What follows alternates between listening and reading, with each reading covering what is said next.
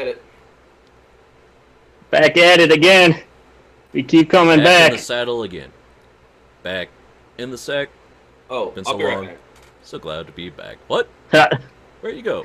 There's old Frank again. From the noose. We started and then he's like, He "Oh, comes back with the guitar. I gotta What's go." going on? No, I'm bored. It wouldn't be the show without Frank like that. So. Oh, so then we weren't doing the show for a long time then? Yeah. What's up? Welcome back. Did you find the shiny? Yes. Yes. Oh. It's not me. Hmm? It's a- All right. So. Ooh. So Ian, how's it going? It's going. I was gonna say, yeah, we're doing the show again. I'm sorry. All right. Yeah. Too late now, bitches. Oh shit, they can turn it off. Fuck, I didn't think of that. Damn it.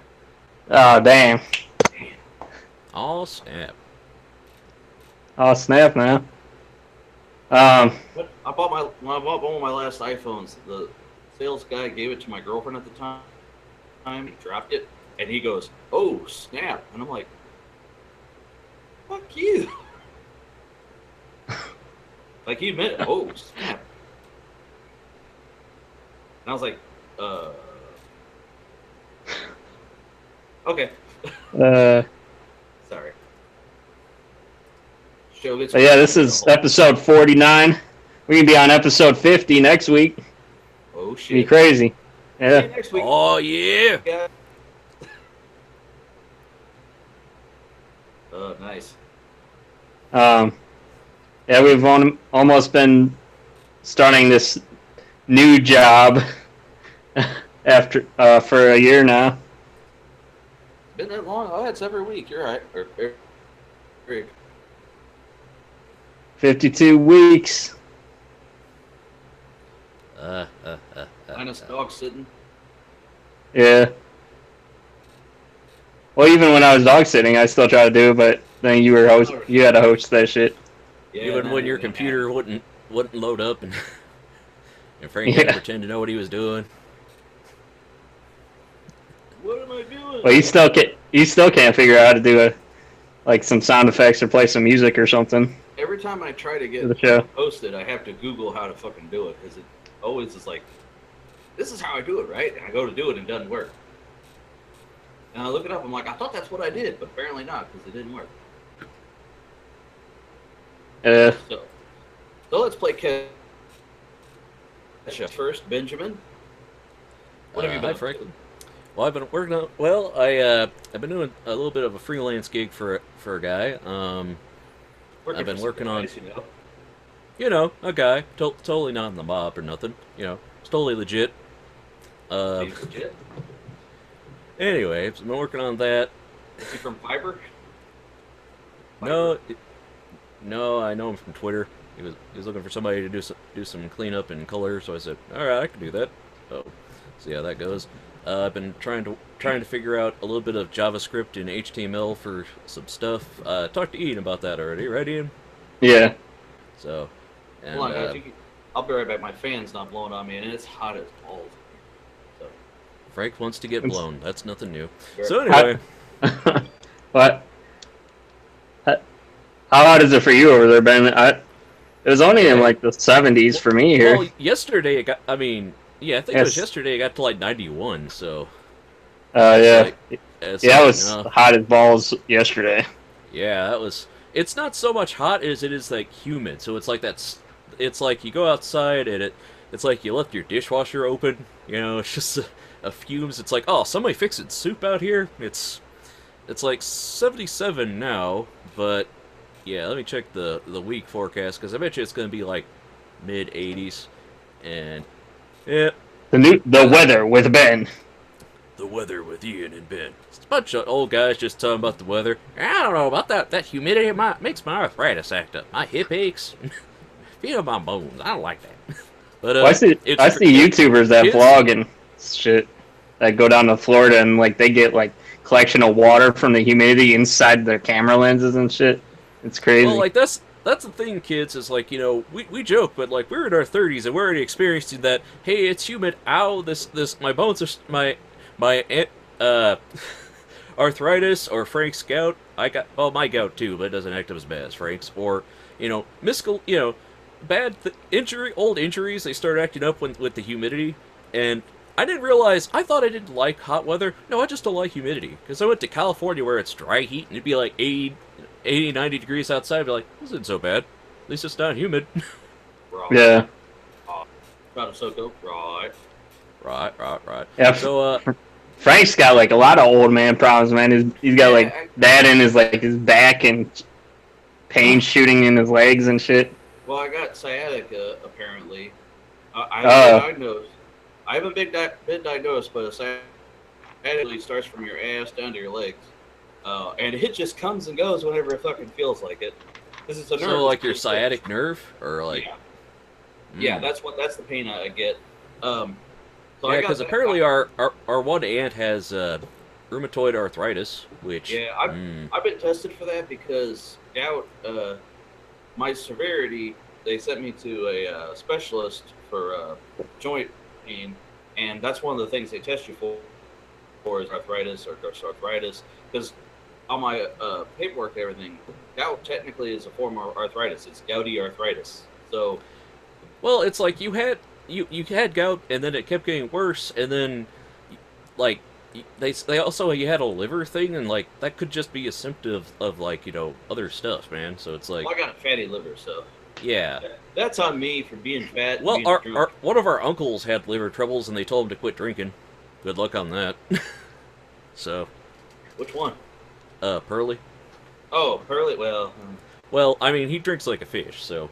I was gonna say they might find some blood in his alcohol stream. Yeah. So. Yeah, my grandpa had bad gout in his toes and shit, and that's because he drank a lot of beer and ate like a lot of really rich foods and stuff. Right. Yeah, he ate out all the time. For some reason, I thought you were gonna quote Who Framed Roger Rabbit. My uncle had a problem with his probate. He had to take these big pills and drink lots of water. Not prostate, you idiot. Probate. Yeah, I actually had a Disney story that's relevant, but I don't know if you guys want to talk about it in the news or not. Hey. Hmm? Whoa, Chief. Slow your roll. So, not my roll, no. I want to stay for a little longer. Don't blow your wad right away, Ben. Damn. Frank, there's a difference between blow your wad and blow your load, right? I just said wad. Wad as in wad of money, because you go in and you're spending it all, and your wad goes away. I said the way you're talking about it would be blowing your load, meaning get the money shot and then be out. Well, barely. You've never seen a jizz rag with a wad of sperm in it, then. So why would that make anybody want to stick around, Frank? Because this is quality entertainment, right, Ian? You're reading too much into it, goddamn. Well, what if you have a wad of money that has like jizz all over the money? Well, then we know where you came from. Depends on the denomination. Came from the sperm bank. Ah, cha cha cha cha. If it was higher, I'll go for it. But no, I have the same problems when I eat the wrong kinds of foods. But I haven't ate beef or bacon or alcohol since my wedding, and Ben's a vegetarian, so he pretty much, his isn't dietary. It could be dietary because I have a bad diet, but I think it's a combination of it is hereditary. I mostly avoid soda, and you don't. I have it once. Hey, you still drink you still love the white labels and the green labels. No, I do not like white label. I enjoy black label, I enjoy green label, and I enjoy that's right. The various spiked lemonades that they have. But white label tastes like tropical cough drops.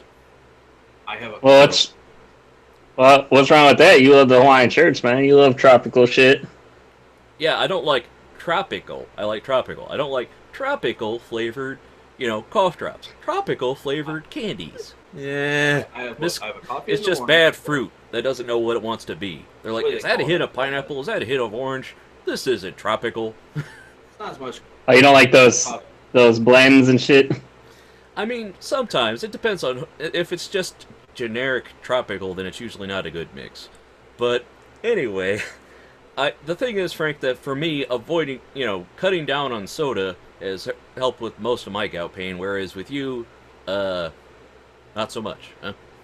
I only indulge. The hell? I had audio. Well, I'm sure those Baconator days didn't help before either. No, but I haven't had bacon in 7 years, Ian. I haven't had it in 17. Yeah. So, and soda. Hey, he's got you beat. I only indulge in soda on the weekends. How much do you drink? In the morning. I have a frozen coffee in the morning, and then I have a what do they call it? Usually water throughout the day, and maybe a Sprite with dinner, maybe. Do you drink coffee? It like a frappuccino kind of thing. Frappuccino. Just to get the caffeine going, because you get up at 5:30. By 8 o'clock, you're.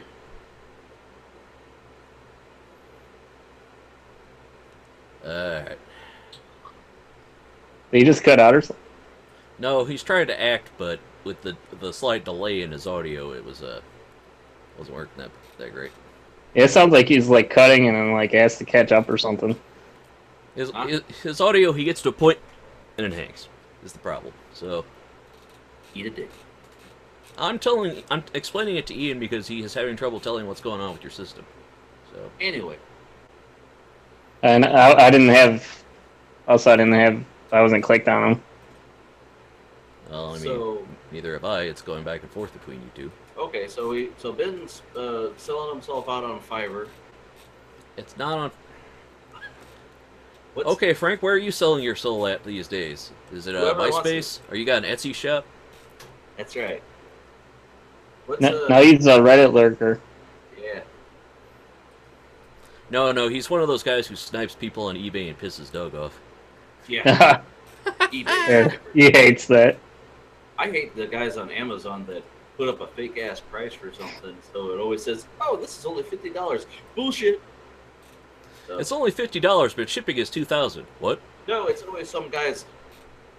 It's all right, just launched, which means they're a scammer and they don't have the. One guy was up for like. They're a fly by night. Yeah, he was. Well, they'd stay up for like a long time. The one guy's been up for like, I had this monitor I want that's going like $200-300. He has it for $50. I know he doesn't have it.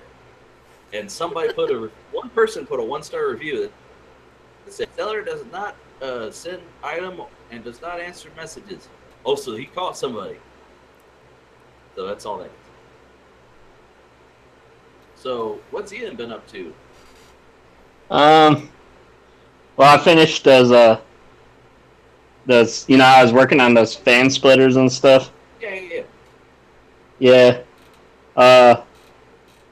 I finished those and I had like everything tidied up in my case, so like I finally have my computer closed and my current computer should be ready to go. All I got to do is reinstall Windows and stuff on it.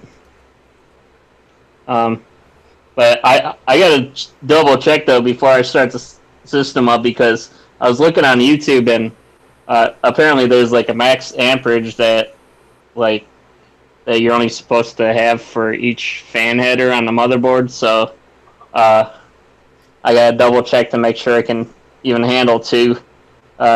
Sometimes you could do 3 or get away with 4. I'm not sure, but I think the most I'll try to do is just 2. Gotcha. Because it seems like less and less like these motherboards give you less and less fan headers on them, Right. But I noticed a lot of newer cases too are like having less places for you to even put fans on them.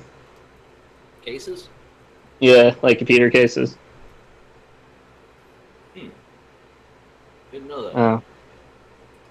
I think most of the time they're like in the front now or something, because my case currently has them where you can put them on the front, back, on the window part, and on the top.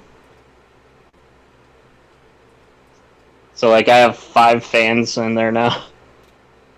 Really? Yeah. I I still have the factory fans in mind because I wanted to put like 3 nachos in the front and then 1 in the back, but I didn't. You're like sticking with that Noctua thingy, huh? They're silent. Everyone's like they're ugly. I've grown up to actually appreciate the ugly colors. So You like where it looks like it's from Scrap Yard Wars or something, right? like they're really quiet and they move a lot of air and they stand by their products. So, I mean, I don't have to sell them; they sell themselves. But Well, you can always paint them if you want, I guess. You know, if you want to mod them. I mean, if you're, if looks are that important to you, I mean, I built my box to sit in the corner and shut the fuck up. And I don't. I What is have my lights. purpose in life? You pass the butter. Oh god. Oh god. You run steam. But no. But what else have you been up to, Ian? But I've been fighting with that at the soldering and stuff was kind of a pain in the butt with those this week. I burned my knuckle on it on a soldering iron. Like I actually, not just like on the side, like I actually straight poked it with the sharp point. So it was like sharp and it was 900 degrees. So Oh, great. yeah. Uncle Ian doesn't have fingernails anymore. So. But I'm looking forward though. Next week I'm probably gonna get that at Ryzen next week. Oh, cool. I could order it tonight if I wanted to, but I'm probably not gonna get a warranty on it, and I'm not gonna be able to get some RAM for at least until after the 1st of the month. So I'm gonna probably wait a little bit so I have a little bit of coverage before I could because I think it's, what is it, like 15 days or something you get for returns on Newegg? I don't know. I've never bought anything off Newegg. Yeah, man. We just, everything is eBay? Well, eBay. Amazon because they have a really good return policy. eBay's second, but like I don't even bid anymore. I just go, I buy it now, and fuck it. I'm not gonna sit and watch it. Yeah. Well, what's the return policy on Amazon? Is that like 15, 20 days or something? Well, okay. It's usually the seller, and then Amazon has their own thing on top of it, Well, right? okay. This ties into what I was doing this week. My monitor stand that I bought was missing a part. I went to return it, and it arrived a few days ago, something like that. And August something to return it. So, what is it? It's July 22nd. And then they just send you I bought it from Amazon's warehouse. It was a used item, and the description only said that the case was damaged. It didn't say that anything else was missing or whatever, and Right. It was missing the shaft. They gave you the shaft? No, they did not actually. They skipped out. One bad mother. Shut your mouth. That's right. Just tell So me I I'm can missing the clamp it shaft, baby. to the desk. I can put the monitor on an arm, but it's not. It's going to be laying on the desk because there's no shaft to hold it up. So Right. I found that out last night after I had my old setup. I had 2 monitors, this ultra wide up here and my portrait monitor at the time, and I took them off of the mount for that and put them on this vertical mount. And last night I took the dual monitor mount and I stuck it on here, and I didn't disassemble it. It's an arm, but it's not going to be wide enough for my needs because the ultra wide is 34 inches, so it's the second arm will only go. I need something that comes out the other side too. So I didn't want to take the extra arm off because A, it's just more shit I'd have to store somewhere, and B, maybe someday I'll want a 5th monitor. So I had to bend the shit out of it and stick it behind against the wall, and Yeah. those things are. I like Vivo's design, but the other company that I went with, heavy duty, I wanted to just turn the mounting thing, and it's like, it just barely moved and shit. I was like,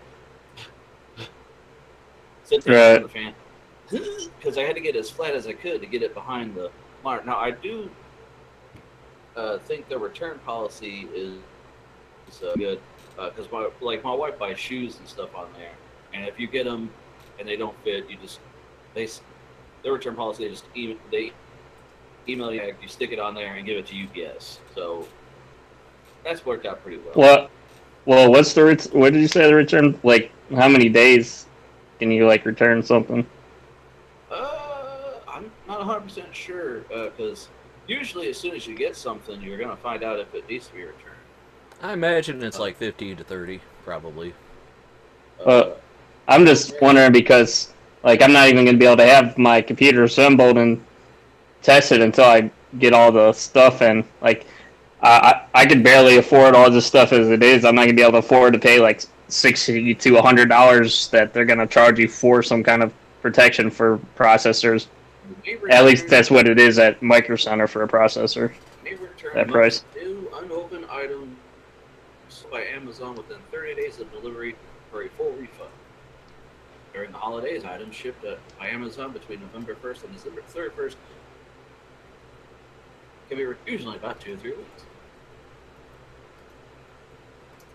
And they have a help. I'll link this to you if you want to read it later.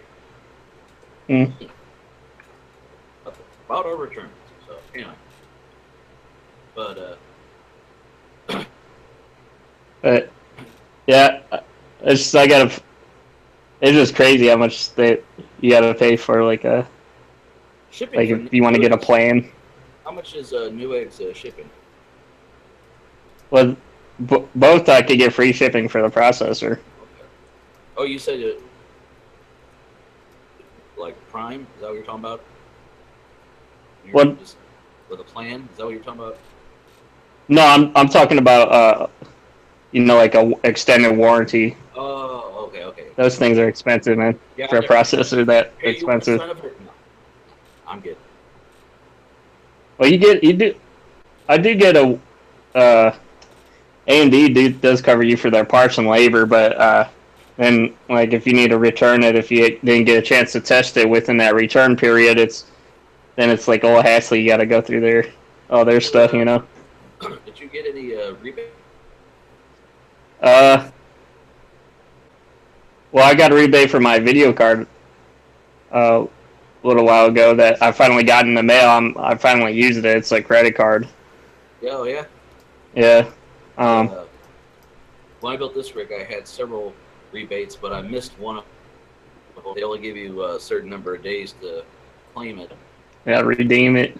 Yeah, I think it was my graphics card. I could redeem my motherboard's rebate, but not my graphics card. That kind of made me mad, but oh well. Plus, you get you get that free AMD game, fucking dirt. No. Yeah. Yes. So my stuff is going along. It's slowly but surely. I mean, I've been pretty patient with this stuff. I just working on an XP machine still. Hey Ian, can you drop me a link to the show so I can invite my girlfriend on? Okay. What did you texted her? Hey, we're doing the show. If you want to come on. I was talking to her on Skype, and she was telling me what she's been up to. So I said, "Hey, you want to come on and harass the guys? Let them know who's boss." She's like, "I guess I could whoop some ass for a few." Yeah. Well, I just texted the thing to you in the window there. I mean, me or Frank could have done that, I'm sure. Well, I was trying to find. They used like when you're broadcasting, it has a send invite thing, but like, is that just the top window URL? Yeah. Yeah. It's a little different than the one I got, but whatever. Whatever. Well, what's her? Does she have a first and a last name? Because I could try seeing if something pops up. Well, just we'll just wait a second, see if she pops in. You can probably just add her to to the contact list or whatever when she joins. Right. So, 'cause I think her Wait. thing might be a username or something. So, anyway, so Yeah. that's cool. So we still talking about what you've been doing other than you've been putting that computer together. Hey, babes. Yeah. Hey. Hey. Hey, Ian. Hey, how's it going? Good, how are you? Pretty good. That's good. What are you up to? Sitting on my ass. How about you? Good thing to be doing. Well, I'm sitting on my ass too, but I'm I'm sitting on somebody running a else's podcast ass. as well. That's a. I'm sitting on a borrowed ass. I stole this ass. Hey, Frankie. Oh, hey, what's up? What's it? Silly. Not wages, but price of housing. Price of gas. Blood pressure. Okay, so. So Ian's putting together his new computer. Well, I'm still trying to buy all the pieces together. I was trying to put together my current computer so I have something to work on. That's better than an XP machine. Oh, wow. Yeah, I've been working on an old Windows XP computer that I've had. I mean, it's been okay for like organizing files and like typing out documents and notes and stuff and browsing the internet. So make it sound like you're one of those guys loading DOS for a word processor. Like, it's okay for what it is. well, I mean, it's not like I'd be doing that stuff on the other computer anyways. It's just that it'd be a little bit snappier for me, you know. Yeah, it's just when you load up YouTube or something and the thing goes, yeah, that's not good. Yeah. So yeah.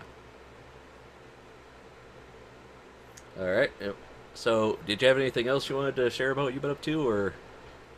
No, I mean that's it. Anybody else want to talk about what they've been up to, like Solange? Just hang on a minute. We just been playing catch up, and like they asked me what I've been up to this week. Frank's been dealing with his gout and his sciatica. Yeah. And Ian's been getting parts for a new computer, and yeah. Doom is free for the weekend on the PC at least. Doom. I really wish I had spent the money and bought it, but I didn't. So. Are you talking about the new Doom or the classic or the new one? Oh. Well, the new one is partially made by Bethesda. I know it's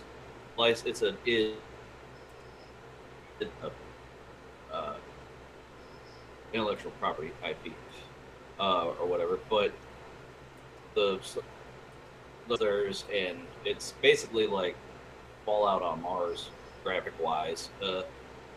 Running around killing fucking demons and shooting shit. It's fun. Okay. But anyway.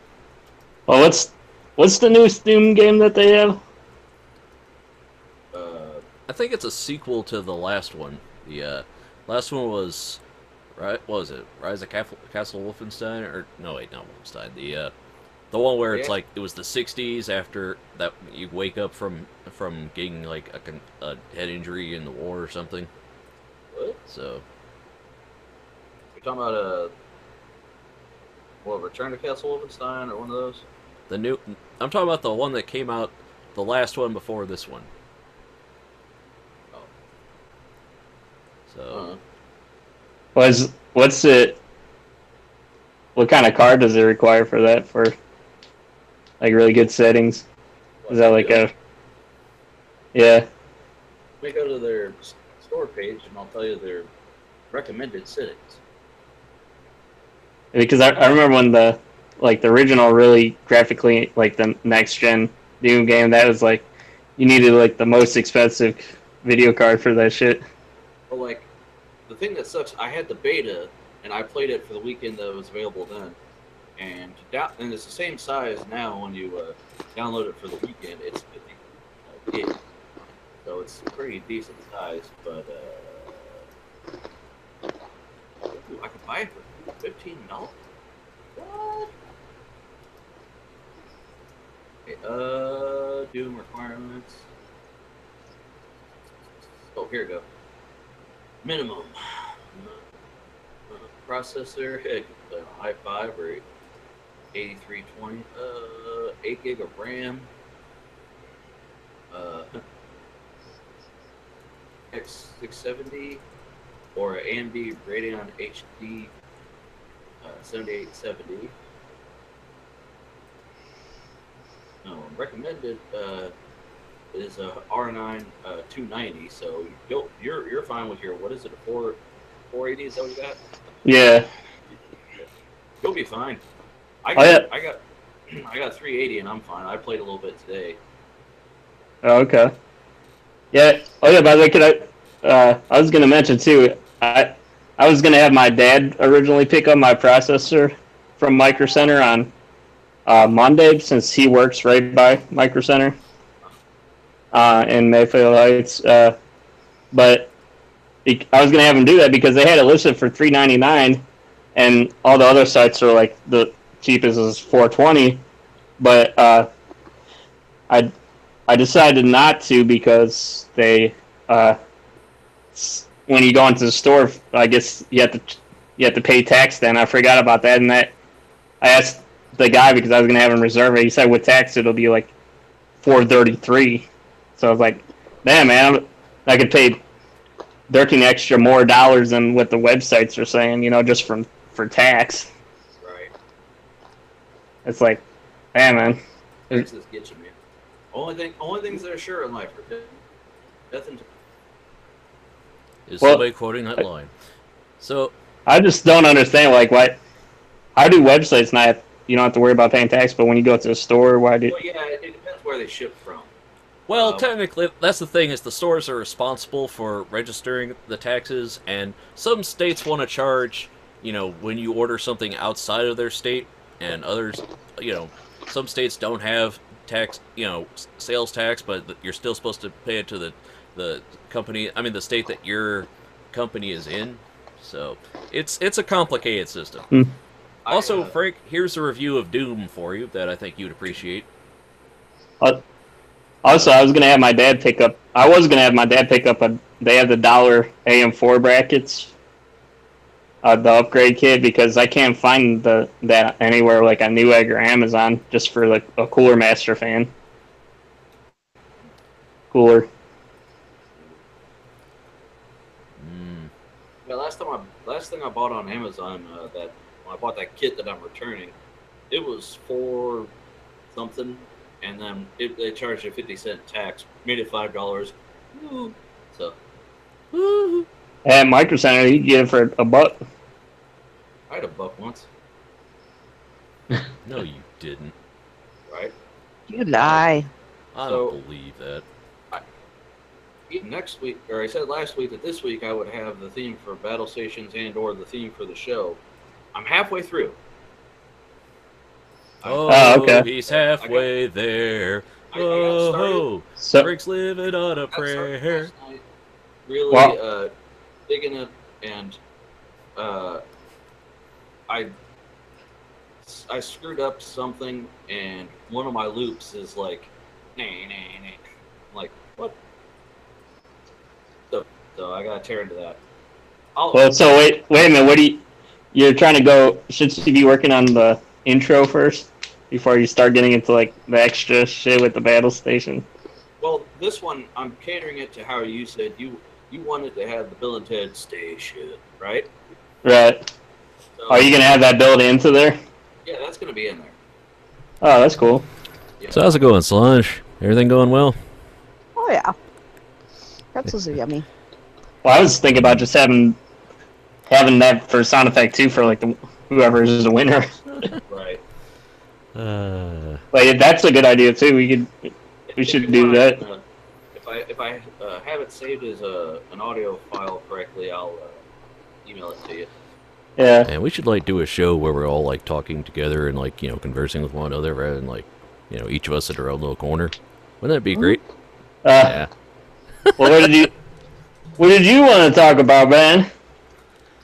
I don't know. I mean, don't you guys have segments of this show that like you do battle station talk or something, or talk about battle stations? We're talking about the theme for this segment of the show, Benjamin. Yeah, this is all stuff that should go in the green room, not like during the show when there are guests here. Yeah. Wanting to be entertained. Entertain us! We want entertainment! Oh, wait a minute. We're supposed to entertain Solange? Yeah. Is that what you're saying? Sure. She traveled all the way from Canada for this. You guys had better be... I did. Well, I moved all the way from my bedroom to the sofa for this. You better be Hey. good. Yeah, she bothered to like get out of bed and put clothes on and to look and to not be like like me in pajamas half the time on this show, but no, she's actually dressed and ready to be on here and talk I to put a people. bra on for so- this, man. Oh man, Well- that's way too much work there. I wouldn't do that. I mean, Wait a minute. She's part of the show. She's supposed to be entertaining, too. oh, she's entertained Well- me quite a bit. Yeah, I'm awesome. What? By riffing on you guys. It's entertaining. Okay, It's so- fun. Station. Okay, so now we're talking about battle stations, and I'll screen Yeah. share. I think Okay. my headphones are going You out enjoyed again. that. Hold on. Station. Okay. There we go. I just imagine we have to think so. Imagine it in your mind. So these are Ian's picks for the week. Yeah, I picked music battle stations. I saw your theme this week. I really, Nice fisheye lens there. motherfucking Fish Islands. Remember that on Tosh.0? What were you saying, Frank? Huh? You said you think this will be a good one? Yeah, I like your theme this week. Yeah, I try to mix it up every week. Mix it I up, try mix to it pick in. a theme, and it's so hard because I go, ooh, lights, ooh, shiny, ooh. Okay, so let's Yeah. want to break down this guy's stuff. Anything that caught your eye initially? Well, like, this is my first time looking for any kind of stations in the music realm, so, like, I guess you could call these studios, but Doggy. I don't have any experience with all the equipment, so, like, I just try to pick ones that have, like, a whole lot of equipment and shit in there, you know? Right. Like, Well, because you always hear about, like, lots of famous rappers and stuff having their own studio in their house and stuff, you know? right. I mean, like, this is obviously just a room he's got in here that he's turned into a little studio. Yeah. Um, This one is probably the least quality-wise, I think, but, I mean, it's the first one, so... I mean, it looks appealing. The foam, although, can be functional, the way he's got it set up here makes it less functional because it's so spread out. Yeah, it's broken up. So, I mean, whatever. It gives him to look at. That's cool. He's got those Mackie studio monitors. These are some of the ones I think I linked to you. I don't know if these are bigger or not. What size does he say they are? I don't know. Oh, they're 8s. So they're 8 inch. But, yeah, it's looking good. He's got a 40-inch display and a 27-inch, which that 27-inch looks really big. I got a 27-inch right now in front of me, and it doesn't look near as big as it does in this picture. It must be the lens. The chair looks comfortable, though. You want to just lay down. But, yeah, it looks good. It's got a cute little pupper. Hi, pupper. The quicker pupper upper. Yeah. So he's at Doggy. least got one audio interface. I can't tell what that is on top of his second monitor there. But yeah, it's pretty good. This other cat, he's actually got the speakers on one. He's got some Yamahas, but I think he's got. I can't tell if those are the 5s or the 7s. Oh, he's got some different ones here though. Yeah. So he changed those. I should know what those are. Oh, nah. okay. Guitar racks. All right, all right. I've got that rack. Yeah. That rack he's got there by his amp. I've got a rack like that in my closet. Oh, okay. I think those are JBLs he's got right by his keyboard here. Yeah, a lot of bullshit. I mean, like, the first one looks professional. I don't know how effective it is. Well, it's like more for decoration. I think one of these was supposed to be like it was titled "The Evolution of My Studio" or something. So Yeah, this one's a little bigger. This one's busy as hell, man. yeah. And this last one actually looks just like, well, first because it's a grainy picture. Okay, so that's where one of the ones where it started, I guess. It's 2011 and 2014. That, By the way, since you guys are into music and stuff, like, what's the purpose of having like multiple keyboards and stuff? Do they like do different things?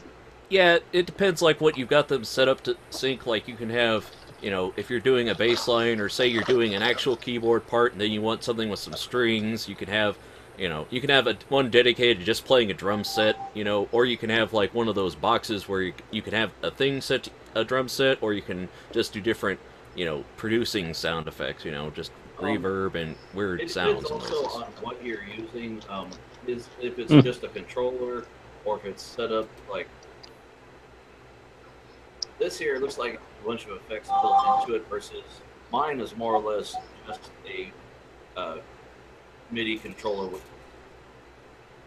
No, he's got effects built in out the box on this keyboard, and whereas like see the screen, it's a board here on his desktop with the little buttons on it.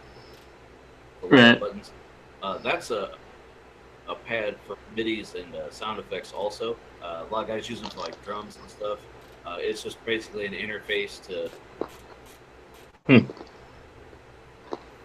affect, make the sounds happen. It accomplishes the same thing, but it's set because you set up what it to be in the program, and then you just have the thing to touch to actually output the sound. Here it looks you like got the touch. Yeah, you got the power. This one, the first setup, he looks like he's almost all analog. I mean, granted, his amp here is a digital amp, but he's got guitar, one keyboard, and now he's got. I see that. Wasn't that just the preamp? Because isn't the thing below it the amp? The thing at the bottom is your cabinet. So the big piece at the top is it's your heads basically. The heads are the part that make the sound, and then Frank knows all about head. Tell me about it. Basically, the brains of the operation is that black unit, and then the speakers. The bottom part is just a speaker, more or less. And then here in the second shot, he's got a pedal board, which I have a similar one. It's got effects built into it as well, and you literally just plug that in speaker on clean, and it changes into whatever effects, much like the keyboard. This shot, he's got some new monitors, so he's making it look all fancified. And the last one, like I said, is probably the money shot. So I can see the evolution. What are your opinions on them? Like, you know, like equipment wise, like what are some of these like really good or like really shitty audio equipment, and then like the general like style of it, you know? I mean, don't get me wrong. If you're just like this first one looks like it's his bedroom studio where he's just picking and grinning. Messing around at they call it bedroom volume, which is like really quiet.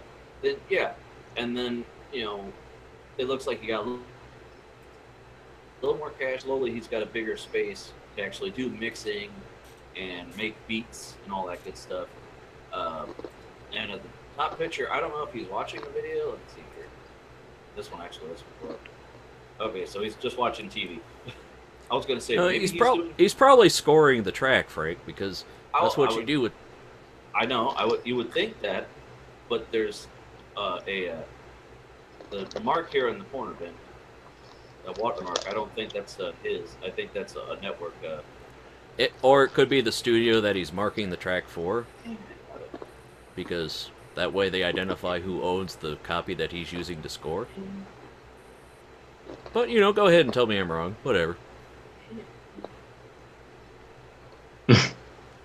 So, yeah. So I think it looks nice. It looks a little more professional. It looks like he's finally got some money put together. well, they're different. They're different setups for different types, Frank. I mean, that first one is very much like if you're a guitar guy and just want to mix your singer-songwriter stuff, and then the second one is more if you're like Moby with a bunch of keyboards, and then the last one is if you're scoring a studio work. So yeah, He's slowly going up in the digital. He's got the violin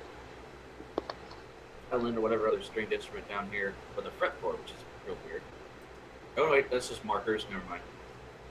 It's all lines. It's all spreads. But yeah, I mean, he's going more digital, so it means to me, it looks like he's pursuing more than just picking in a guitar and singing. Right. So what's your order? well, it's all the same station, isn't it? Yeah, this is all the same guy. He's just, I mean, for my needs, I'd be happy with this. Is basically what I have now, except I don't have a new set of speakers. I got an amp, I got guitars, I got a computer. Well, he's got a laptop, but MacBook is that'll work. If all you're doing is making music and you're doing nothing else, you got a nice set of speakers and/or headphones, you could survive with a laptop. Well, so the red one is the money shot. You're saying that's what really represents it. Yeah, it looks like he's finally, started from the bottom, now we here, kind of thing. So if for my needs, I could, I pretty much have this now, but I'm happy with it. I'm so Frank's fucking never busy. happy with I don't anything have we time talk to, about. be in an actual band. I'm doing stuff, and then, I'm in birthday parties and shit. And then these other guys look like they're DJ Khaled. Well, what's the second one that I posted? There are different ones that I gave you, right? This is the same guy, right? This is the second one, and we haven't even got to the third one. Okay, yeah, we should get to the third one. We're like spending way too much time on it. You hit our interest, man. Me and Ben are the musicians. Okay, that's cool then. My girlfriend does music stuff, don't you, Solange? I do sound. I don't play any music. Don't you sing? Music. Though? Yeah, but that's not the same as being a musician.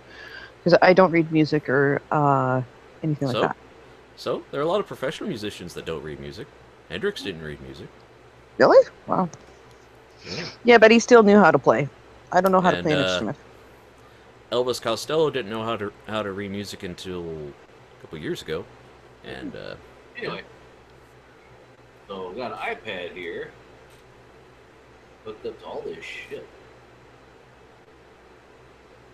Wow. He's proud of his stand. I guess he just made it. Okay, so got an audio mixer, a MacBook, Brocat speakers. Yeah, it is his favorite. He's got like 7 pictures of the damn thing. That's so negative 3 points. Good. do. I like this monitor choice. Big honking monitor. So is all that running from that laptop, or does he have a? Well, he's got a screen and stuff. It looks like it's got some kind of editing software on there, so I assume that's from some kind of laptop or computer. Oh yeah, there's a laptop there. I was just saying, it's all running off the same laptop though. It's got a lot of vinyl. A couple guys on YouTube who take the laptop to their studio, which is a rented space, and then plug their laptop to all their other shit, and then they unplug the laptop and go home. So, well, when it comes to music stuff, you just need some kind of computer interface for the thing because all the processing is done with the audio equipment, you know. Nowadays, it's all digital. Back in the day, Ben, do you remember daisy chaining all those cables together to try to record an MP3 to a cassette tape so we could listen to it? Do you remember the day when you didn't have a recorder on your radio, so you had to hold the two up next to each other and get that static? But Anyways. yeah, I mean, it's pretty good looking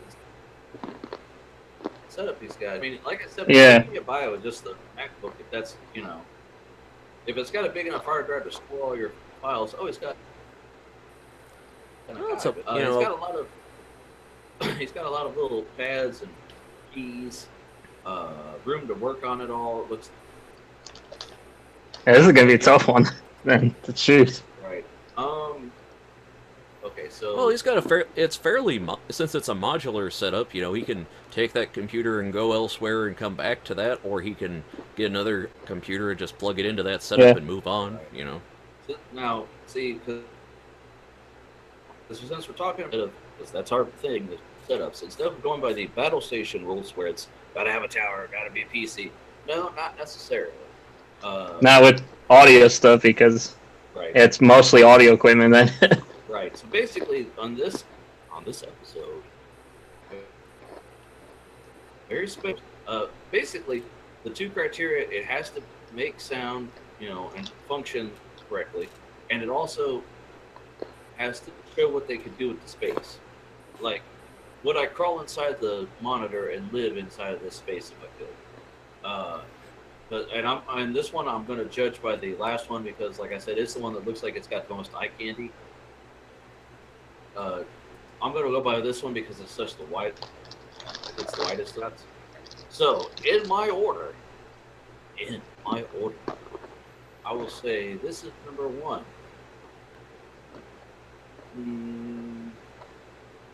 This is number 2. This is number 3.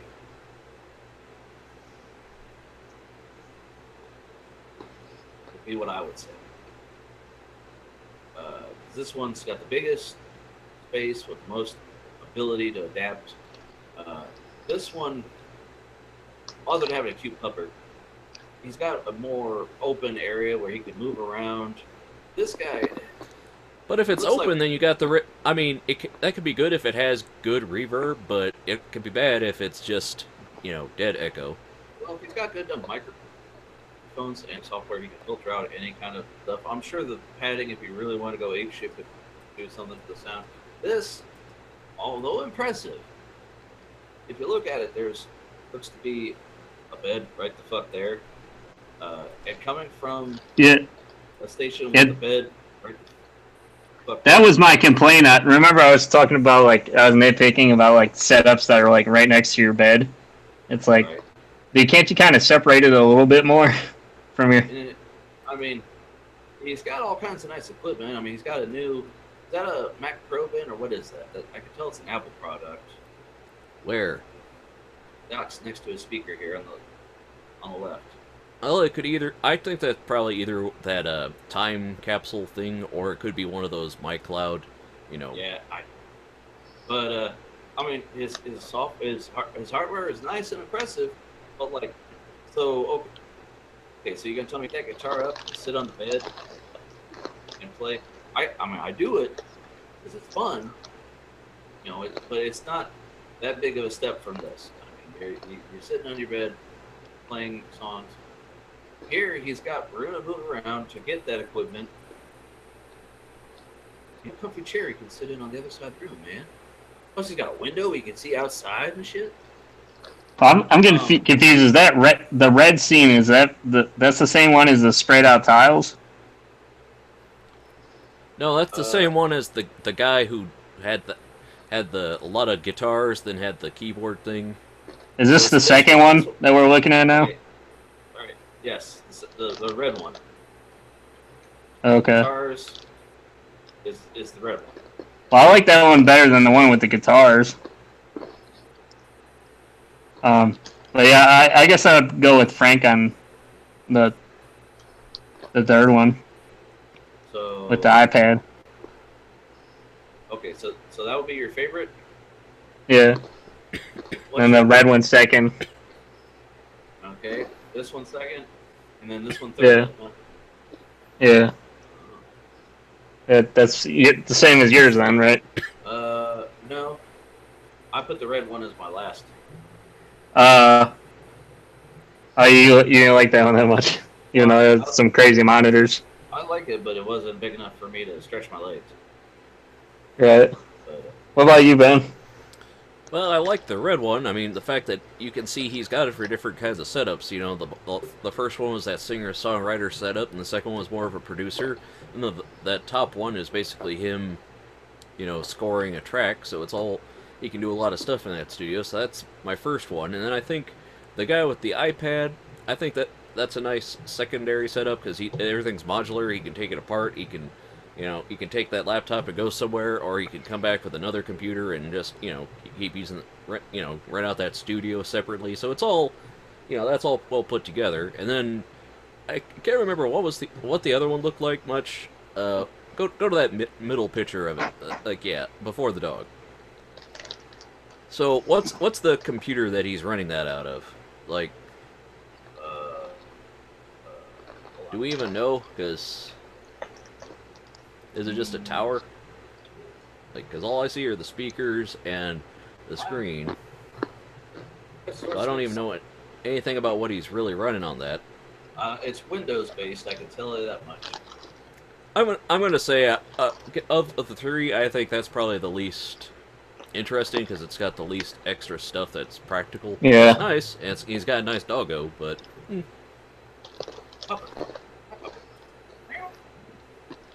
So, how about you, Solange? What did you think? Yeah.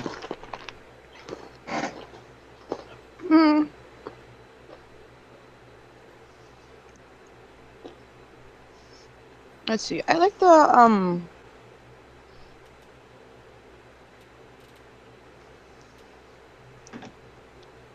Actually, I kind of like the one that Ben didn't like, just because it's a nice big room, lots of space, that kind of thing.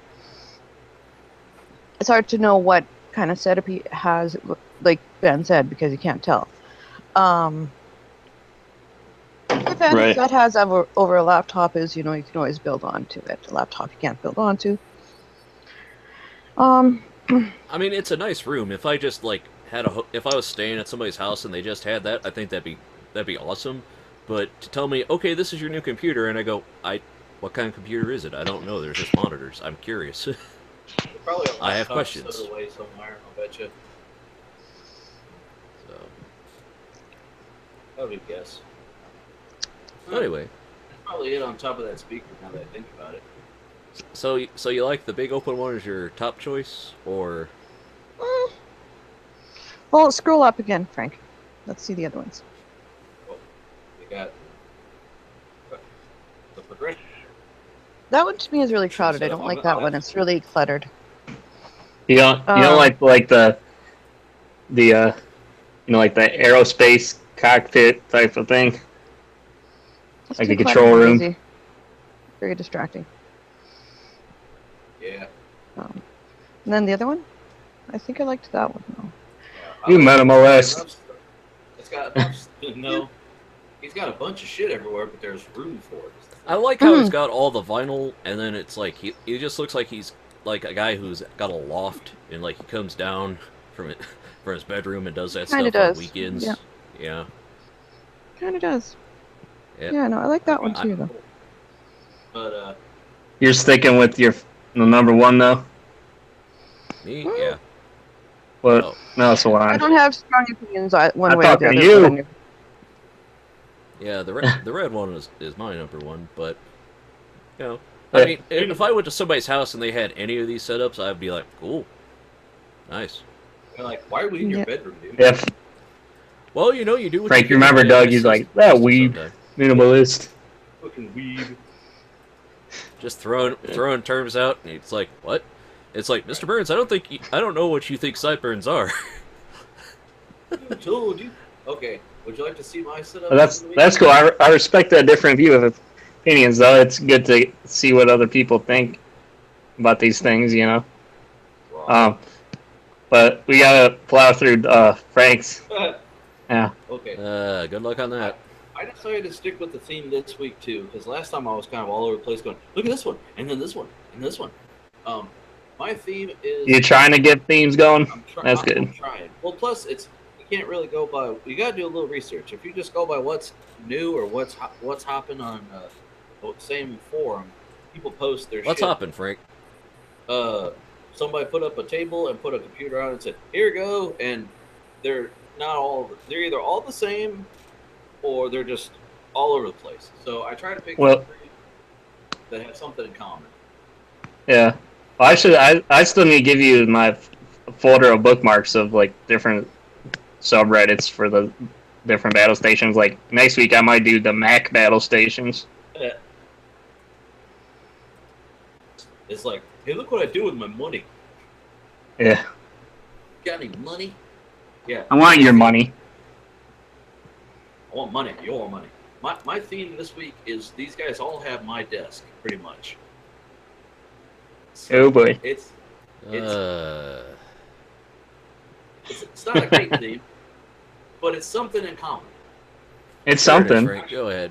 Go ahead. Actually. Wow, that one looked cool. Yeah. Actually, the second one is the monitors.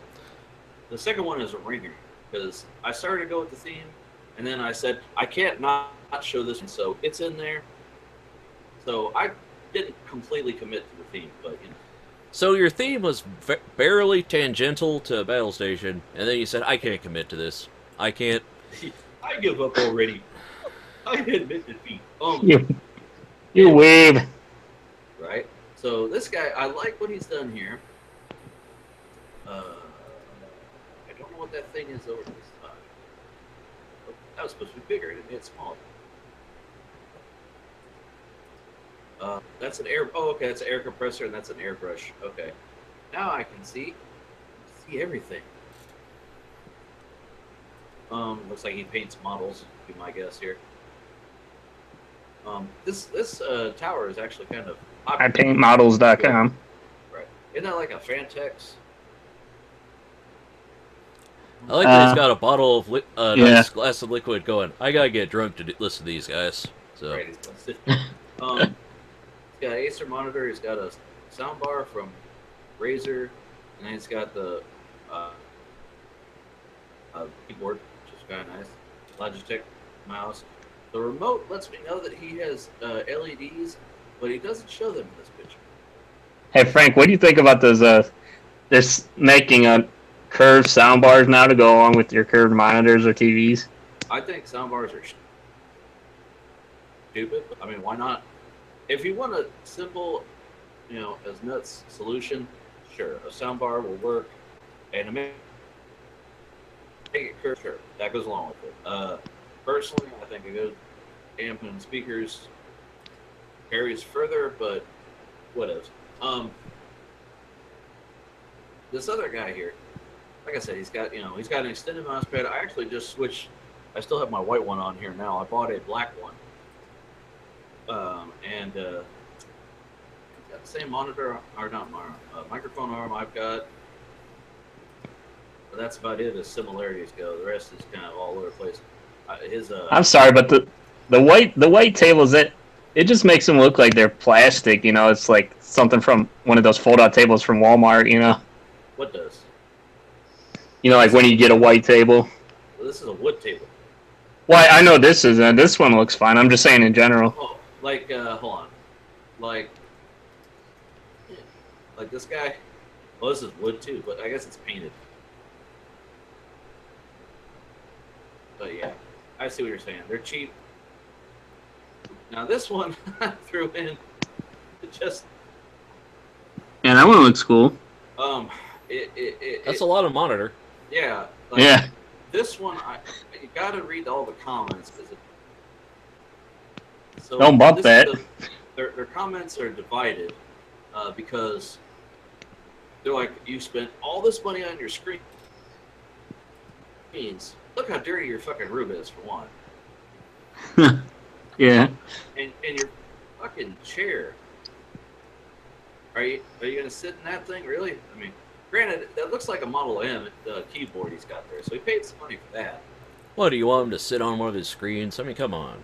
And second, he doesn't have the room. Like his, if he goes, Dude, that shit looks like he's gonna fall at the table. right, the one on the left's like, and then over on like the right, Better not if he goes to run the into mouse, that shit. right, if he moves the mouse, it's gonna hit the monitor. So they're divided. Some guys are like, man, that's awesome, and some are like shitty battle stations, and some are like average battle stations, and like, I mean, where is it? Yeah, there's a Pop-Tart spur on the floor, and another wrapper on the table, shit everywhere. Oh, we'll get into the shitty battle station one of these weeks, I think. Oh, I think your hey Ian, I think your mic is maxed out. You're sitting a little loud. flip it. Okay.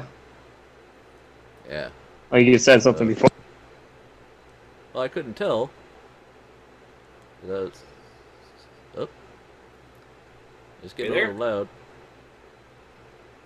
Uh-oh. Ian, are you there? Oh no. That's what I get for complaining about things, right? Stop. Way to go. Are you there? Hello. He's like, Well that's it. done, You don't want Ben. me, you don't want to hear me? I'm out. Shit. Oh no. We lost him.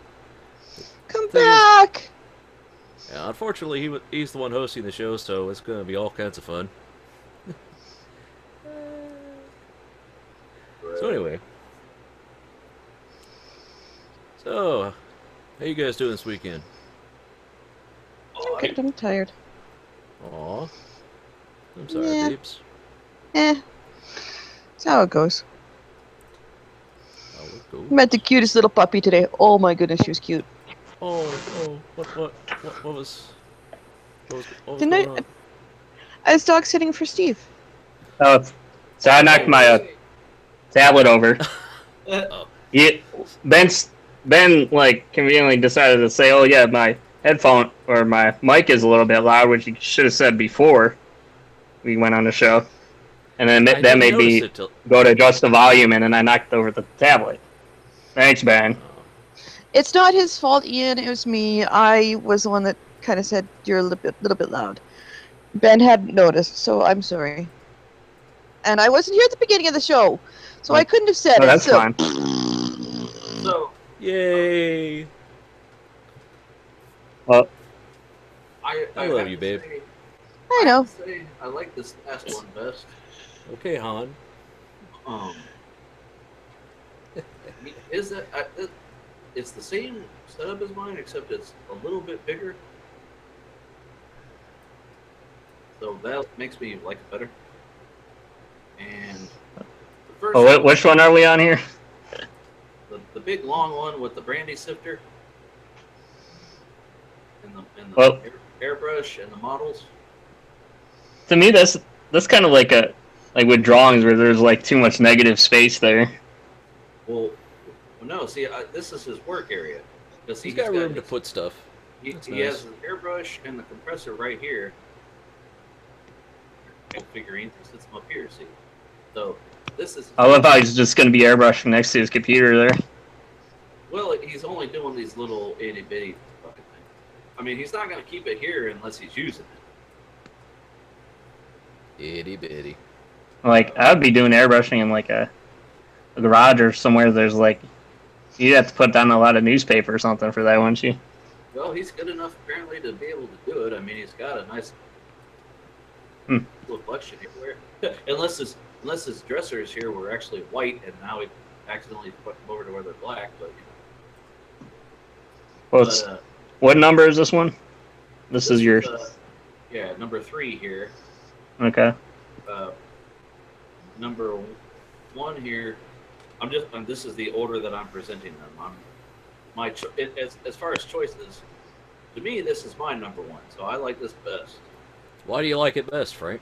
Number 3 because it's bigger and it's got more of a darker color palettes. Like he picked the either picked the wood or he stained the wood. I didn't read all the descriptions. I apologize. It's because it's still butcher block, but it's deeper. It doesn't appear to be walnut. However, I could be wrong. And this one, although it's the same size as mine, it's got a bunch of stuff differentiating it, making it kind of. Plus, the monitor layout is just all over the fucking place. And then this guy here, while I love the big ass monitors, it's so. I mean, he's got terminals for days though. Look at that. Terminal? What do you mean? Oh, you mean Like he's actually like on the. Like he's got terminal windows open here on the right. Hmm. Looks like he's doing some sort of code. I don't know. Yeah. I mean, Well, which one is this your second one you like? This is the in my ranking system. This is number 3. Oh, okay. So it goes 1, 2, 3 into the 4. So you didn't follow your own theming, and but you had to bring one in, and it's number 3 just because look how bad this guy's. Yeah. I'm just gonna shame this guy. Yes. Oh, hey, Ian, you ever watch Swashing on YouTube with the Pimp My Setup? No, I should check that out though. Well, they're up to like episode 200 and something, and there's a backlog where they they submit their setups, and then he finally gets around to them. And like these this past week, it was these 14 and like 12-year-olds who submitted their shit, and he's ripping on them hard. He's like, "Look at this shit!" Like being all serious and stuff, like they're grown ass men. Right. But they're in on it because they're in the chat room with him while he's doing the show live. So, so yeah, Ben, do you like any of these here? Well, I like my favorite is the pinkish one, and then the monitors, the large screens. LEDs. Second. 31. I'd go for the one with the airbrush first. Then the pinkish one. My issues with that are the monitors are all different sizes, and also he's got one of those corner rooms, and it's like that. That ceiling, man, that'll get on my nerves. Although I do like the little bamboo he's got there, and then the big screen monitor, it's like that's all right. He can get a better table. He's got I would choose that one. It's not as neat as the one. So even if the screens are different sizes, I don't think it's. This one looks like someone went to a Goodwill and bought a bunch of shit and then put 3 really nice televisions in the middle of it. Yeah. Hey man, store my TVs, all right? I haven't been just yet. Man, I'm in the hood. No one's going to expect these TVs sitting in the hood, man. You got a bunch of shit in your house. Solange? What? Do you like any of these? What are my choices? This one here. You see one? Yeah, that's kind of boring. This one? Yeah, that's it. It's a little bit busy. That's too many monitors too close. That would give me a headache. Oh, I like that. It's a little messy. So the big It's more the really big monitors, like really close. I'd feel claustrophobic and get So a you headache. like the pink one just like Ian, huh? Yeah. Looks like we got a tie then. Yeah, I like that one. That's a nice setup. Lots of space for stuff and yeah. Well, The third one you think is too boring, even though if it's like really clean and stuff. It's very boring. Although, no. 1,812 likes on the Reddit. The other guy with the big monitors is 528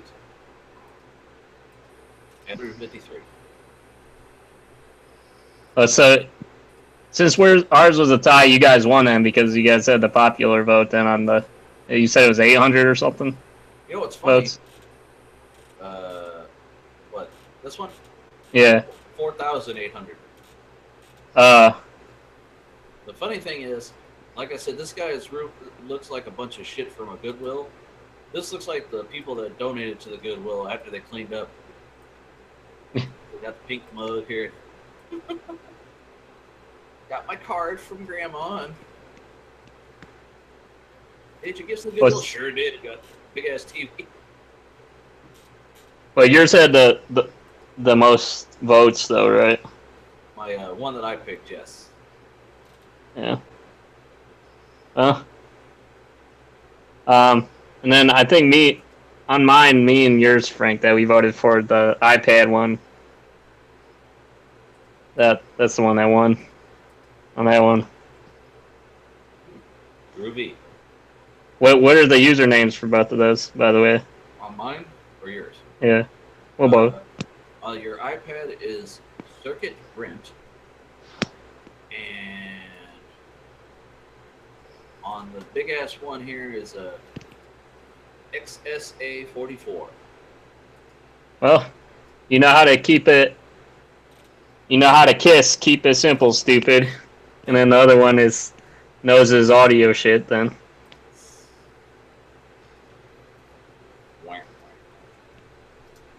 Excuse me.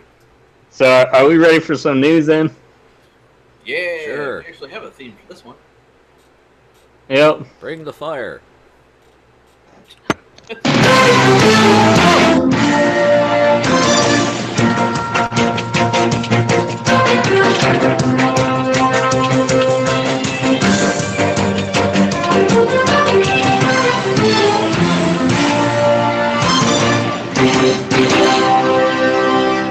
I should play.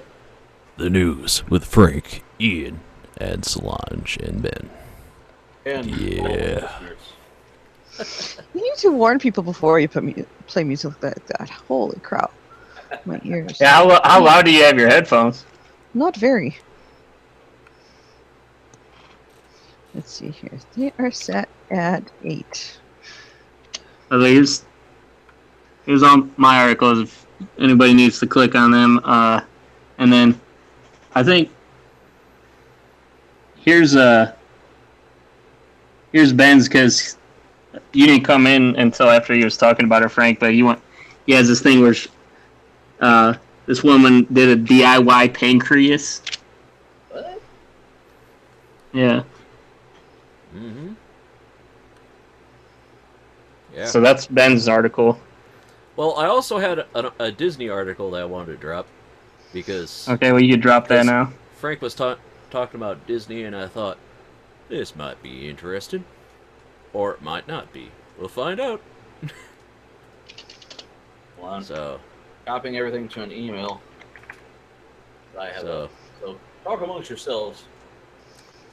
how's it going? You guys liking this weather? It's awful humid lately, ain't it? It was 9 degrees yesterday. Woo! Yeah, how warm is it there for you, Sloan? Let me check. Or cold? I don't know. There's a moose outside going, I'll get you. Well, it's currently 23 degrees Celsius. Does anybody know what that translates to? Celsius? That would be about 70 something, wouldn't it? Yeah, it would be. Fahrenheit. It'd be about 76, 77. Only reason I know is because 25 is temperature. Sorry, 25 is what? 25 is room temperature, and room temperature. No, it isn't. No. Oh, 25 is storage. hot. Room temperature is 22. No. For storage, 25 is considered room temperature, and anything below is refrigerated. No, 25 stuff would... Like, what kind of storage are you talking about? Well, the stuff I get at the hospital I work at is 25 and below is considered refrigerated, and then frozen is in the negatives. No, that's not correct, because refrigerated is 4 degrees and below. You're talking to a cook. Yeah, well, I'm just going by what they tell me to do, so.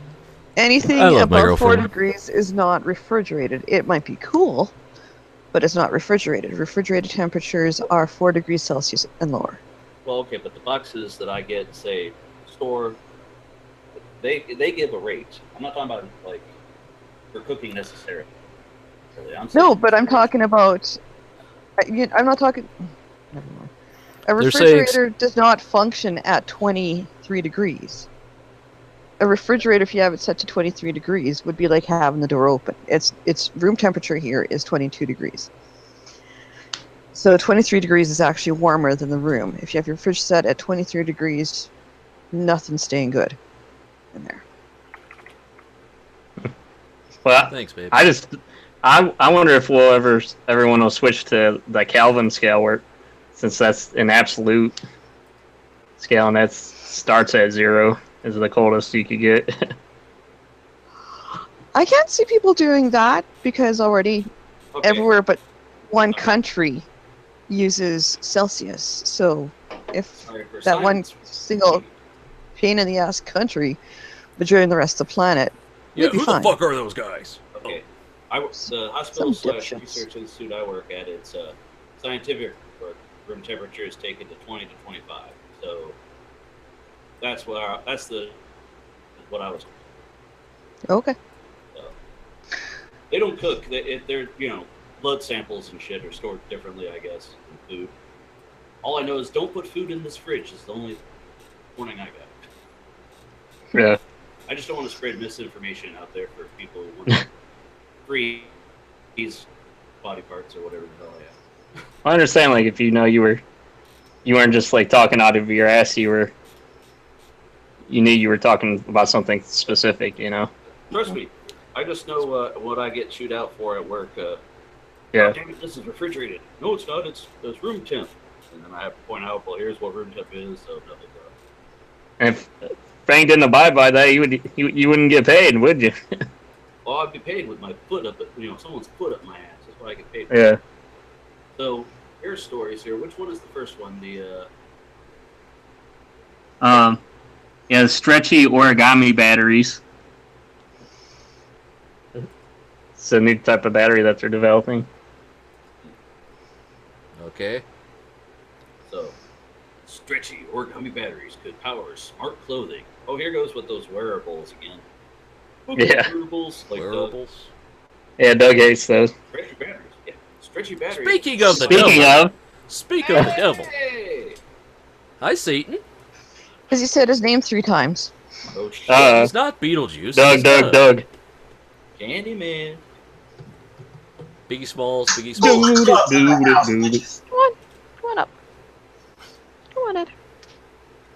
Welcome to the show, Doug. We were just talking about you and how you hate things. Yes, I hate things with extreme prejudice. Talking about We're talking about wearables. So that would be wearables, right? Yeah. Oh, I hate janky wearables, which unfortunately is like 90% of the market. So, Stretchy batteries inspired by origami could power smartwatches and other wearable electronics. Just say. Increasingly, scientists worldwide are developing flexible electronics such as video displays and solar panels that could one day make their way into clothing and even human bodies. But one limitation of these devices is the scarcity of equally flexible batteries to power them or store energy they generate. Although prior research has created bendable batteries, it has proven more challenging to develop ones that are stretchy. Developing ones that are stretchy versions has proven more challenging. Researchers said. Now, investors have created lithium-ion batteries that can stretch to more than 150% of their original size while remaining capable of powering devices. Well, that sounds safe.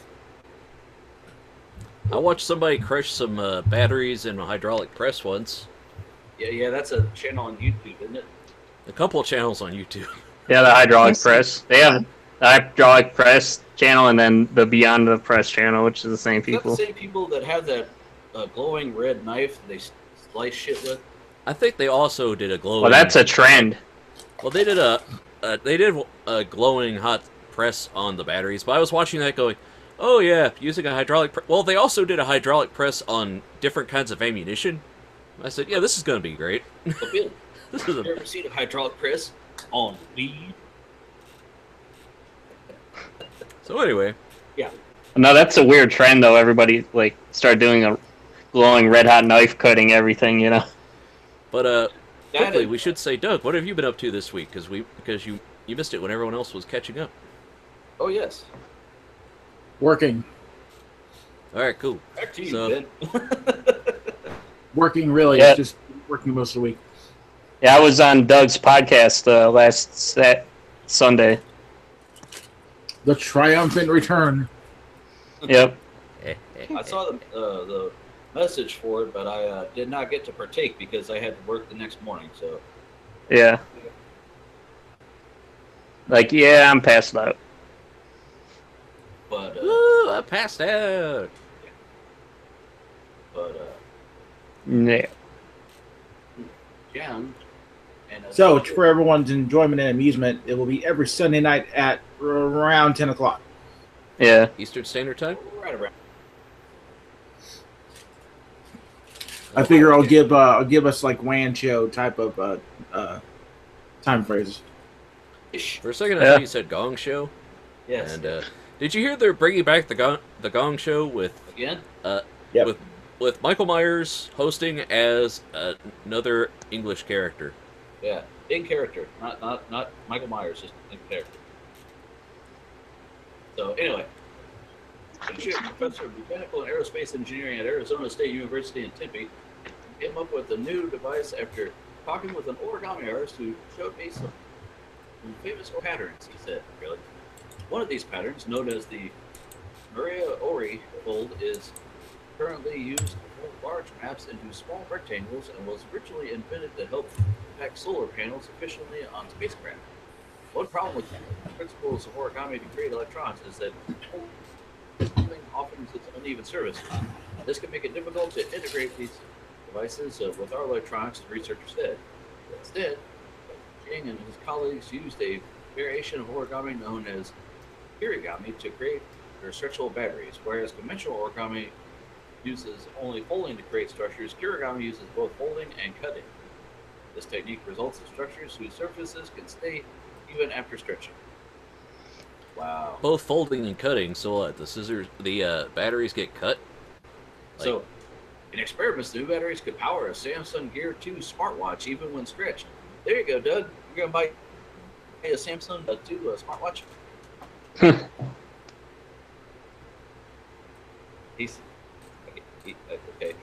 I think he's thinking about it. What do you guys think? What do you guys think of this article? Well, I mean, I've always thought it's cool when technology starts getting less rigid and mechanical and more organic. You know, it's always interesting to see that. You know, especially with the wearables and biotech. Yeah, that's groovy, man. I think it's cool. My question is what happens to the batteries? Are they still They explode and catch fire. I'm saying do they become Are they not safe Samsung when stretched out, or do they have is it like stretching a balloon and you have to worry about the surface tension, where the thing is going to break? Stretch Armstrong, it's like that. But with I think it's cool. I just I'm wondering, eventually we're gonna have to find ways to put batteries and clothes and stuff like that. And I'm just concerned, the first jacket they make out of this, somebody puts it on and does it burst into flames? I'm gonna be. Your jacket is now dry. You are now dead.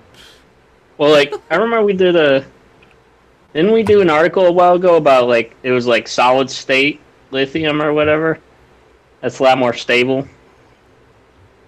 Could be. I guess he could do that also, because conventional lithium in a liquid thing in the battery, Yeah, I think so. That's one of the things. They won't don't certain airlines not let you fly lithium or something because they can explode or something? Yes, lithium something under high pressure. Lithium is not safe for airline use. If you get a box with a bunch of lithium batteries in it, it'll say not for air travel. Well, how do you bring your phone then? Samsung Note. Well, your phone is only one battery versus, a box full of them. So. It's a chain reaction or whatever they're worried about. I mean, I don't know. Well, it's like having, it's like if you got a box of Samsung Note 7s, you'd be more concerned about those those Right. would be a better fire hazard than the guy who had one and hasn't gone off yet, and he's put himself, Yeah, they said that as soon as they started catching fire, remember they said, yeah, you can't bring those on now. So, Yeah. but yeah, that's some shit. Solange, do you have any opinions or anything you want to say you don't like about that? About which exactly? The stretchable batteries. Not really. I know nothing about them. So we don't Do you need think that. it's a cool idea? Brand new. It can stretch up to 150%. Its original size. Have they how done do any they tests work? with it? Like, Magnets. How do they work? no, Frank. Have they done any tests with it? Like, showing, like, they've just developed the batteries. They haven't used them in an applicable, like, make a coat out of the batteries and hook it up to something, or Batteries are created using slurries of graphite and lithium cobalt dioxide, which together can store electricity. These slurries are coated onto sheets of aluminum foil, and origami techniques were then used to fold and cut the sheets into stretchy serpentine shapes. serpentine patterns. I see what you're talking about, though. Like the cutting, it's like a scissor motion or whatever. You know how like they have those platforms that, like the arms have to be like a scissor. Like it's like an like where do those musical instruments called that? That you like expand and contract with the thing. Like a concertina? Like an accordion? Yeah, an accordion. Yeah, it's like that, I think. I think this is Or scissor lifts. That's what I was thinking. Alright. Now let's get to the important stuff here. You got a story about Valve here. Yeah, some gaming news here about Valve, the largest ban in history with over 4. Steam accounts. Yeah. Hold on, I Mike. heard about that. Wow, Valve bans over 40,000 Steam accounts, but it can't police its own content creators. Huh. Oh, Oh boy. Done. Doug's bringing the fire. Sorry, Mike. This site is fucking with my I'm coming after you! Okay. In one fell swoop, Valve swung the mighty fan hammer and obliterated over 40,000 accounts in the leading digital games platform, Steam. These accounts were banned due to just as the Steam summer sale came to a close. According to Esports, more than 30,000 bans were made by the Valve cheat BAC system before 4 p.m. BST. Where's that at? Going all the way past 40,000 by the end of the day. This is the highest number of bans in a single day by Valve ever. For comparison's sake, a usual day sees around 3,000 to 4,000 accounts banned. So that's a heck of a lot of accounts locked down. The previous record was back in October 2016 when 15,227 accounts were banned. July 5th was the last day of the Steam summer sale. Valve wasted no time in cracking down on the cheaters the morning after. Cheaters have been making their moves during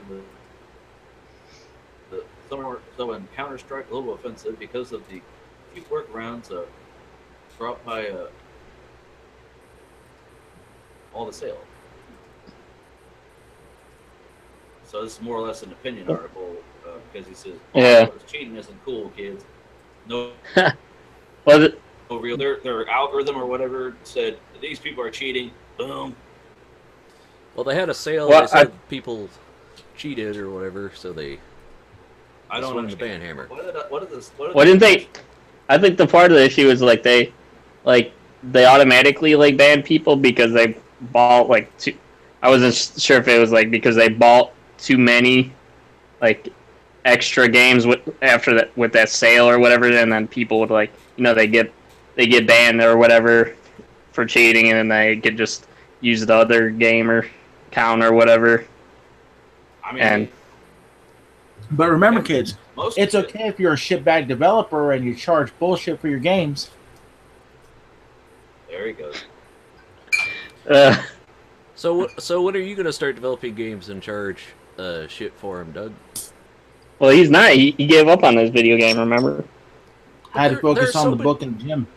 Okay, Yeah. but just just so you know, folks, that there are plenty of options these days for making games. You don't even have to know how to code. It's just like anything in this Well, world. yeah, you could be like Digital Homicide and cut and paste. The Steam is full of them. I hate to call you a hypocrite here, but you enjoy shitty movies. Oh, you shitty don't games want to and- hear actual facts. Oh, that's so cute. I don't understand. This from the guy who didn't want to watch Ghostbusters because the angry video game nerd and some other guys told him not to. No, I don't want to watch Ghostbusters because I didn't want them to shit on the fucking past of the Ghostbusters. They didn't even Which they take it in the didn't, legit direction. They shit on it, and you're just too proud to admit it. No, I actually enjoyed the movie, Doug, but, you know, I can think on my own, so... I saw it and it sucked. I think too. Therefore, I am. Yeah. You're dumb, therefore Wait, you are. wait, just a fucking minute. Uh-oh. Does she each have a mind of her own? No. Holy fuck. My No, mind is it's our blown. tinfoil hats. That's all we got. I just remember last year when Ghostbusters flopped, and everyone's like, it's because nobody wants to see a woman be a superhero, be a lead in a movie. Never mind that Wonder Woman just came out of here and blew the fucking water out the fucking water and made everybody look like a Did fool the water for out saying the that fucking shit last water? year. Right? Fuck Oh, yeah. that fucking water, man. That fucking What? water. There's water. Well, Solange, did you like the Ghostbusters movie? I haven't seen it. Yeah, And it it has was nothing for to date do. It has nothing to do with the fact that it was women Ghostbusters. I didn't actually know that. I am very careful about the sequels done And 20 or remakes and 30 years reboots. later that I What's that? watch, just because sometimes they go and change the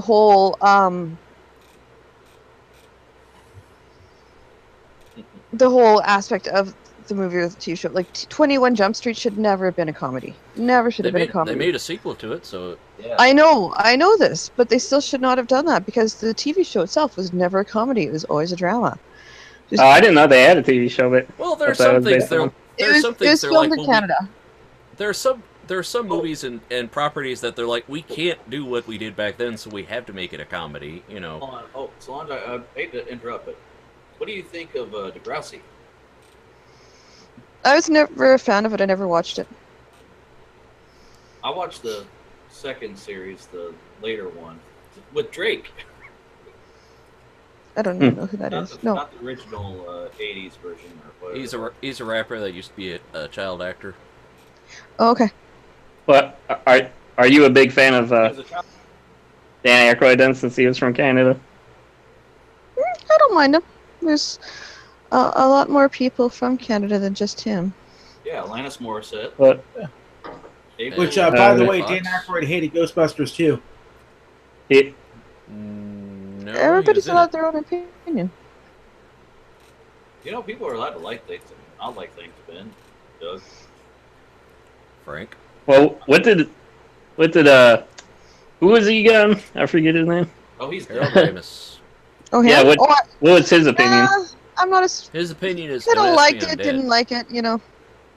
I don't know. His opinion is, I've been dead for like 2 years now, maybe 3. It's Well- kind of sad. Wasn't he like promoting it or something before he Who? died? No, he wanted them to make a Ghostbusters with the original cast, and they didn't. Well, he Yeah. wanted to, but then Bill Murray didn't want to let him do it. So I wonder what Ivan Reitman's opinion about the new Ghostbusters film is. I Because believe he he's all for directed it because he's actually isn't he part of like the whole thing where he wants them to make like a whole new generation of them and like make a ghost busting world where the movies have crossovers and they do comics again and all kinds of stuff. I don't know. Yeah. I'm pretty sure he's been part of that. I don't know. I could be talking on my butt though, because you know, Most likely. Well- ghost We all do. likely. News story time. Keep going, Frank. What this ban does, like, if people are getting banned just because they like buy too many copies of games, I mean that's I can be don't, crazy. I don't know why that. I don't think that would be the thing. You're allowed to purchase. I mean, I don't know. I might have to do some more research here because I usually like to scroll to the bottom and read people's comments. They did a video on that, so you could watch the full video if you want. Maybe later. Okay, so next article. Oh, about the Video Kitty, of, kitty. here to show a Baltimore police officer planting drugs. Ah. The Baltimore police officer has been suspended and charged against the suspected drug dealer were dropped after a body camera recording emerged that defense lawyers said appeared to show an officer planting a bag of illicit drugs at the scene of arrest in January. The video, which was released by Maryland's Office of Public Defender this week, seems to an officer placing a plastic bag of white capsules inside a can in an alley while two other officers look on. He can then be seen walking back toward the street, at which point he appeared to turn on his body camera before announcing that he is going to check the alley. He can then be seen turning back, searching the same area, and finding the bag he had just been handling. The initial scene of the alley was captured because the body cameras used by the Baltimore Police Department retained recordings beginning 30 seconds before the cameras are switched on, albeit without audio. During the January 24th episode, a man was arrested on charges including felony possession and an intent to distribute drugs. Those charges were dropped last week.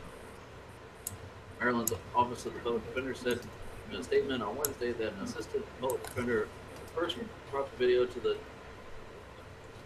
attention of the statement, identified the man who handed the white capsules in the video as Officer Richard Pinheiro. Efforts to reach Officer Pinheiro by phone and through the police department on Wednesday were unsuccessful. Debbie Katz-Levy, Director of Special Litigation for the Office of the Public Defender, they got to abbreviate that, in Baltimore City, said in a phone interview that knowledge of the video did not stop prosecutors from calling on Officer Pinheiro to testify as a witness in a different court case on Monday. They essentially did nothing and were willing to subject somebody else to imprisonment without disclosing it at all. Yeah, I'd heard this on the Phil DeFranco story about it, which is basically the same thing. I think you could probably play the video since it's in the public realm. You sure? I don't want us getting. Whoa. There goes our monetization. Not like everybody's posting this video.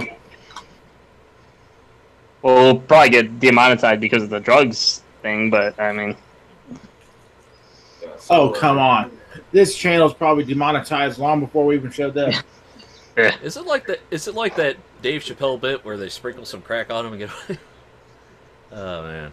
Well, the one thing, like, this is kind of crazy, but I mean, I think one of the arguments that Phil was saying that, like defenders of these police officers, which I guess are currently under investigation and everything, they were saying that they found the drugs and then they were like putting it back so they could, like look like heroes on video and stuff, because if it wasn't filmed them finding it, then like, then like you can't get promoted then, like. Yeah, but like they use spot apparently, so that's kind of questionable. And I mean, the thing is, it's a matter of if he's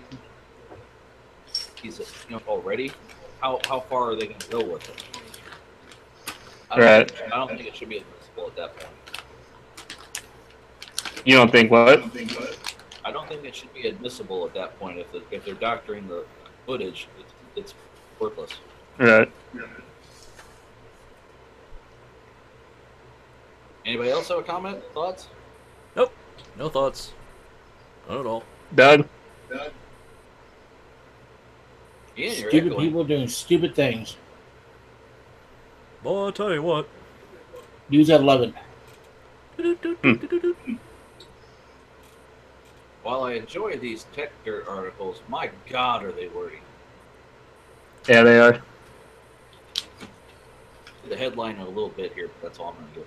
Politician uses bad cyber harassment law to shut down critic hoping to have law struck down. Lots of anti-harassment laws have been written over the years. The citation of these laws has sped up legislators to find some way of handling cyberbullying and online harassment. These laws have been uniformly bad. Those that make it to governor's desk are often struck down shortly thereafter by courts. The problem is legislators try to target certain behavior with these laws, but seldom consider the amount of protected speech taught in the laws with it. Or maybe these thoughts never enter the minds of legislators who tend to write these bills badly and broadly. Big quotes, quotes, quotes.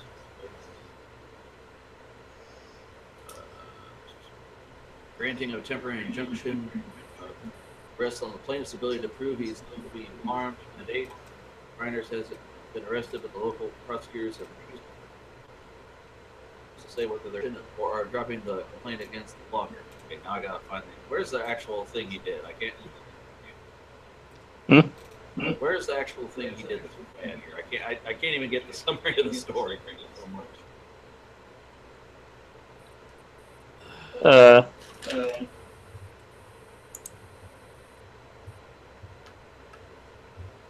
You're saying it's like too wordy? Yeah, I can't even get the gist of what's going on here. The Constitutional Review is challenging Washington state harassment law over its stripping of free speech protections. There are several problems with law. The law can be used to prison bloggers who repeatedly criticize politicians, an activity that the term blogging is very much synonymous with. Here we go with the Ryan, whatever this guy's name is. Raising the challenge is Richard Renierson, a retired Air Force major who has repeatedly criticized the politicians for failing to end the 2012 National Defense, which authorizes the indefinite detention of U.S. citizens, but thanks to our engagement in the forever war on terrorism. And it's still a political question whether Washington anti-harassment law can be used to prosecute people for criticizing politicians. There are potential criminal charges awaiting minors thanks to a local politician's decision to leverage the law against the critic. I don't fucking care, has repeatedly written posts that criticize but don't threaten. Clever. The activist behind the formation of Beach Island Japanese American Exclusion Memorial commemorating the World War II internment of Japanese Americans. Insists that those who condemn the internment should also strongly speak out against the government's indefinite detention powers in the war on terror, but that Moriwaki hasn't.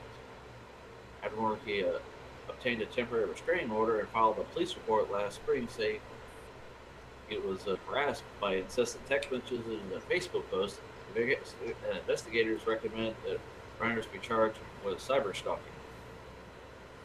Okay.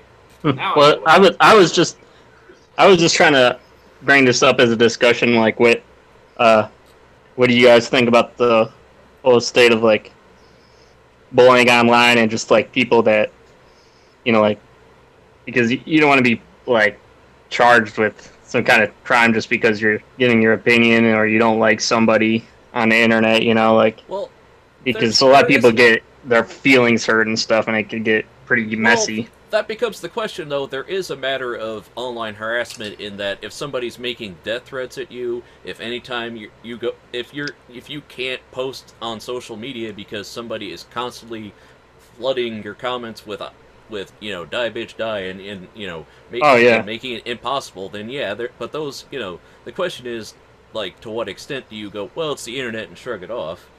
I mean, I don't know. I watched a little mini documentary recently about people who just say horrible things on the internet. You know, who like, you know, say, oh, that person should die, or these people, you know, like, have no control and just run off with things. And it's like, at least the nice thing, at the last guy at the end, he was like, you know, oh, hey, I met these people, you know, these foreigners, and I realized they're actually pretty nice people. He's like, I realized I would have, you know, been very upset with myself in the past if I'd, you know, stayed that way. So it's like, made me kind of question my actions. And I was like, oh, somebody learned something. It's nice. Yeah, I just think hopefully this is a good thing to, you know, like, stop any kind of like laws that are, you know, like, too overarching. Well, you know, that's the thing, is like, you know, what's too overarching and what's not arching enough, you know? It's like, Yeah. you know, like revenge porn and cyber harassment and stuff like that. It's like, well, there's stuff that there should be basic laws to handle, but you know, the whole digital age, it's like, well, we can't technically cover this because we don't have, you know, how do we deal with this? So Yeah, the jurisdiction and stuff, you know. yeah. What do you think, Frank? You get your feelings hurt any lately or anything? Uh, it's a rough topic to tackle Yeah. because people know the situation, and if someone's already at max stressed out about something, and then some other asshole comes digging, and you don't know the state of mind of everybody who's already being harassed. They could be, medicated or not in the right state of mind to begin with, and just pile on, and there's only so much people are physically capable of taking before they suffer a breakdown. So, Yeah, but I mean, like, if who's like, shouldn't that person need some kind of help though? Like, if you just say one bad thing to them, like, and you're not even like, because harassment is defined as doing something to them and stalking and continuously doing something. But if you say one bad thing and then they off themselves, then they've already needed help already to begin with. Well, you know? if people already need the help, but it's like, it depends. If it's a matter of just the one thing you said, or if you've constantly hounded them where, because there's fan artists that were constantly hounded by the community of that fandom that were upset and say, you're drawing this wrong, and so the person tried to kill themselves because everyone was telling them they should die. And that's kind of why, it's a thing that people need to take a little bit more seriously. And when you just have people saying things randomly, well, there's the do you go after everybody then? That's the thing is, like, how do you prevent dogpiling by because it's like, that whole issue of like, oh, everybody needs a safe space. It's like, well, if everybody is harassing you and sending you death threats, maybe yeah. People are afraid of everyone being snowflakes and getting their feelings hurt, but you gotta also remember, what did our mamas teach us? Don't let your babies grow up to be cowboys. Yeah, don't play in the street. Don't say nothing at all. I mean, you join, anymore. I joined several servers with people just talking, and the rules that pop up as soon as you log in are like, don't be a dick. Basically. Yeah. And, because you got better things to fucking do. So.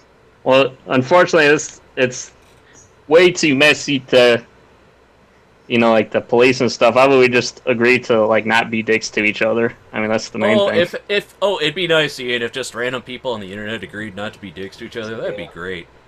Sure. I encourage you that'd be great. For one night, and then you'll just give up all faith on humanity at the end of that night. Fuck it, just burn it all. We'll start from scratch. Yeah. Okay. Doug, anything from you?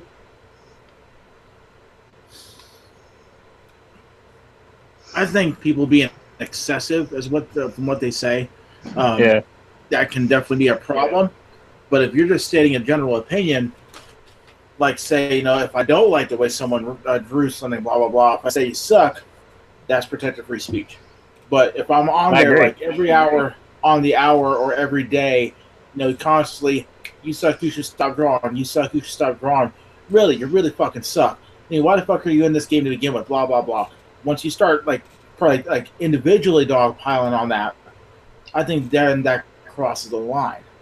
Yeah. But when you're a celebrity or when you're somebody who's a public personality, you, as a rule, in general, open yourself up to any and all criticisms, warranted or not, when you do your public job.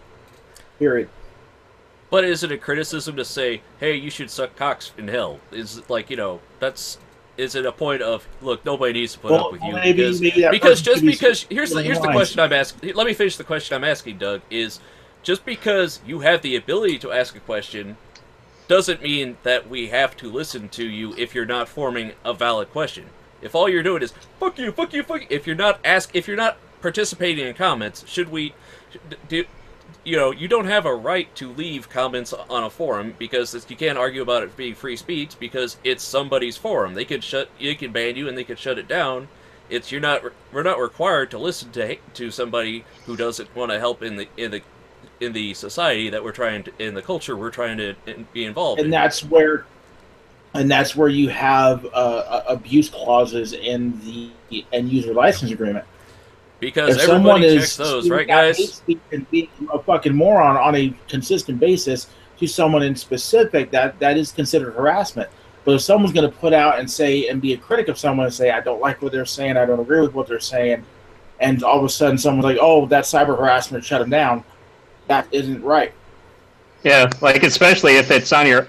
The difference is if you're doing it on the forum or somebody else's Facebook, but if you're putting it on your own site or your own blog, hey, I don't really like this person that much. I don't like what they do and everything. You shouldn't be arrested for that or something.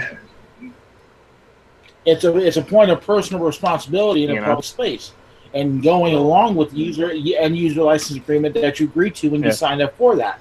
If you're consistently putting out that bad content and consistently saying the same damn thing, and basically being a general asshole to others, should you get shut down? You're fucking damn right you should get shut down. But if you're just putting out your general opinion of something and not say you like this, don't like this, don't like this, and someone takes umbrage with it, anybody who believes that someone taking umbrage with a comment should automatically have that power to take that person down is a fucking moron. Straight up. Because that's that one person infringing on another's freedom of speech. Warranted or not. See, and here's the thing. Here's one thing that I always say to everybody whenever they talk about freedom of speech. It works both ways. In America, you have the freedom to say whatever you want. However, you do not have the freedom of any repercussions that come along with that. Yeah, so like you getting shut down on that forum and stuff. It's as long as it's something that is covered under the end user license agreement. If you do something against that end user license agreement, it's on you. You have no leg to stand on if you're going to continue to be a dick over and over. But making one random comment, oh, that's hate speech, that's cyber attack, that's cyberbullying, whoever does that is an idiot. And looking for a fight where there is none. Considering we're all a bunch of Americans over here talking about it, let's ask Solange, our resident Canadian expert. How are things on free speech and such handled over there? Because I don't think we want to be saying that we're the end all be all on the subject. Good grief, not even close. Yeah. So how are things handled in your experience with things over there? Well, you see, Canada is a country that people respect each other. And so, if I have an opinion about something, I know that I can voice my opinion about a person to them, because the way I'm going to do it is going to be in a respectful manner. And I'm not going to go up, to somebody and make shit up about them because I don't know them. But if I think that they're an asshole, I can tell them that I think they're an asshole, and that's not a wrong or a bad thing to do. It might not be the nicest thing to do, but if I was to walk up to my manager at work and say, "Hey, dude, you're an asshole," all he can do is go, "Okay," because he is an asshole. But here you can get fired for saying things to your boss that they don't like. The bosses here have a lot more control over their employees like that than we think they do. They can decide how you wear your hair. They can say if you don't vote for the candidate they want you to, that they can argue with it. You can get fired for a Facebook post that they don't like. You can get fired for having a bumper sticker for a candidate that they don't support. Yeah. Well, there's a lot of laws in Canada, we are allowed to think for ourselves now. Well, we think for ourselves. What, Doug? There's a lot of legal back and forth about things like that when it comes to employment. There's actually no law permitting your job to infringe on your freedom of speech on your personal Facebook if you set it to private.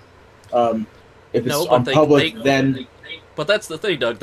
I'm not saying your boss can get on your Facebook and say, "Don't say that." They're saying. I'm hearing an echo of me. Yeah, everybody's echoing. It might be my mic.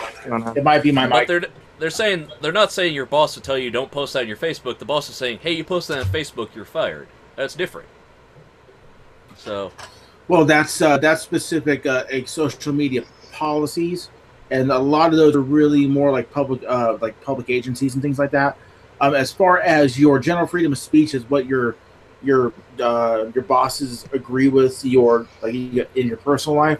Those terminations have been contested and actually overturned in courts of law in the United States. they've So been as much as contested, people would but like it's a to, matter. They've been contested, but there's still a lot of issues with what your boss can and can't get away with. And if you don't have the resources to contest being fired wrong, a wrongful dismissal, then that's a problem. And until we have it blanketed where your boss can't decide what color your hair should be for you to come to work. Well, actually, I was fired for refusing to do something illegal and standing up to my boss, but she's a bit of a cow. well, when it comes to like hair color, I can understand that because you're in a place of business. You're supposed to be outputting a certain look as far as your personal appearance. I mean, that right there, that is a perfectly legit reason to either correct or terminate someone as far as their breaking your personal appearance policy. It just seems like you could get fired for anything. They just don't like you. Well, there have been plenty of articles written recently about how bosses are basically little dictators because technically bosses have more power over you than the government does, because the boss can tell you when to show up and where, and if you don't like it, well, you're fired. And Well, the main purpose of this article was that the guy did a blog post about somebody, and the guy he did the blog post about was hit with a bunch of text messages and emails from people that he basically said, and he brought this to the people's attention to bother this guy. Now, is that deemed harassment or not? Is the issue? Good question. Chair right there? Yeah, I'm just getting a headset. Oh. I was gonna be like, over twice now. don't fix your chair. I'm sure our audience would love to see you fall again. It was the highlight of the night I met him was watching him go ass over tea kettle. wham! It just seems like some things in life, like you can't force people even with laws to be certain ways, What? I'm saying like some laws, like you can't force some laws to force people to be certain ways. That's like if you're not going to be able to make laws for everybody to be like nice to each other, No, but like even if you were a dictator and you made laws. Well, it's like, that's the question is like, how much power should a boss have? Like, you should all show up in uniforms, but you should all, get this tattoo. Okay, next story. I believe that your understanding of employment law is rather misguided and misunderstood. Yeah, Doug was a manager. He knows. Doug is a manager and has dealt with specific employment issues in the past. So, are you a manager at this new place? Yeah. Oh, okay. Comcast, we must kill net neutrality to help the sick and disabled. Yeah, this one's another net neutrality one. It's funny. They're like, oh yeah, we need to kill net neutrality to help the handicapped and deaf. For years now. So they're trying to pull that card. Like Comcast have tried to have it both ways on net neutrality. They consistently profess to support the concept of net neutrality, but they don't want any meaningful rules actually holding them to their word on the subject. And if there are Here's an article rules, for Doug, by the way. Just dropping that there. and if there are rules, they want them to be so loophole filled as to be utterly useless.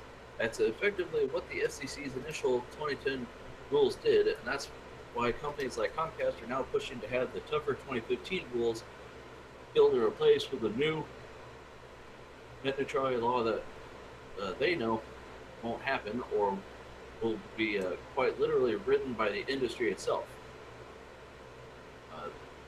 This have your cake and eat it too approach continued into this week's Comcast comment on the SEC's proceeding to kill net neutrality. In it, Comcast again pats itself on the back for the company's non-existent dedication to net neutrality, uses industry-paid economists to falsely claim net neutrality rules hurt broadband investment, and try all manner of flimsy justifications for the kind of feeble rules that look meaningful to the nation's nitwits, but also Comcast leeway to act anti-competitively whenever it likes. One long-standing ploy used by giant ISPs to scare people into compliance is to argue that net neutrality rules will somehow prevent ISPs from prioritizing medical network traffic. That point was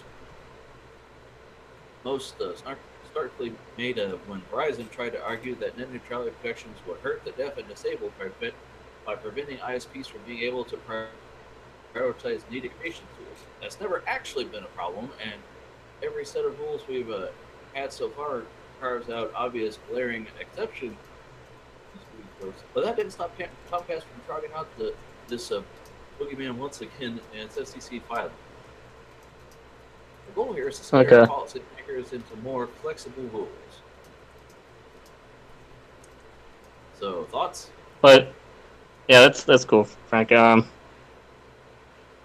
It's just like it's like really that's like the best you could come up with now.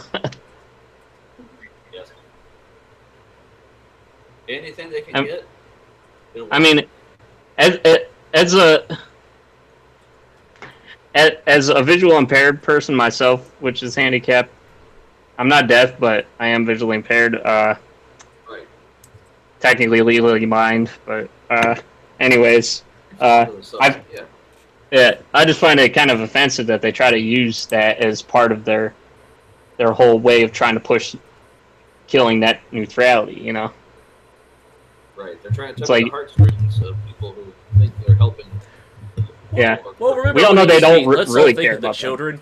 It used to be, let's think of the children and ban pornography, and ban the internet, and ban all these other things, because won't somebody think of the children? Like, yeah, no, think of the children. And now it's like, won't somebody think of the handicapped and the disabled and the sick? Yeah. So. And like they really don't care about them. I mean that their bottom line is the dollar. That's money. What their only children is the Benjamins. It's all about the Benjamins. Yeah. Anybody else have any thoughts? Doug. Doug's for net neutrality, aren't you, Doug?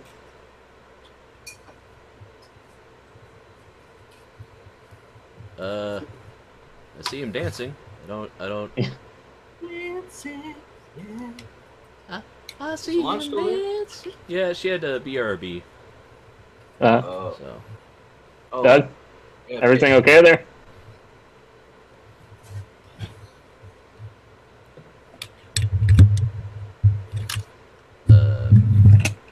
Doug, can you hear us, Doug?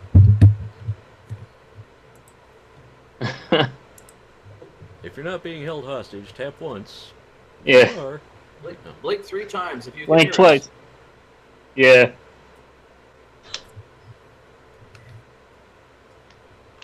Yeah, boy. It's gonna be one of those nights, guys. Gonna be. Anyways, when Doug can get that fixed, I guess he can give us our comment on that. But I don't know what else to say about that. Okay. So that's your last article, Ian? Yeah. Ben, what are your articles here? All in the room? Yeah, they should all be in the chat. So. Okay. Comcast sick and disabled. Yeah. Okay. Artificial pancreas, huh? Like a yawn. Woo-hoo. Okay. Built Tech Podcast. How one woman built her own artificial pancreas and started a DIY movement. Okay, what? The fuck did I just read? Son. Hold on.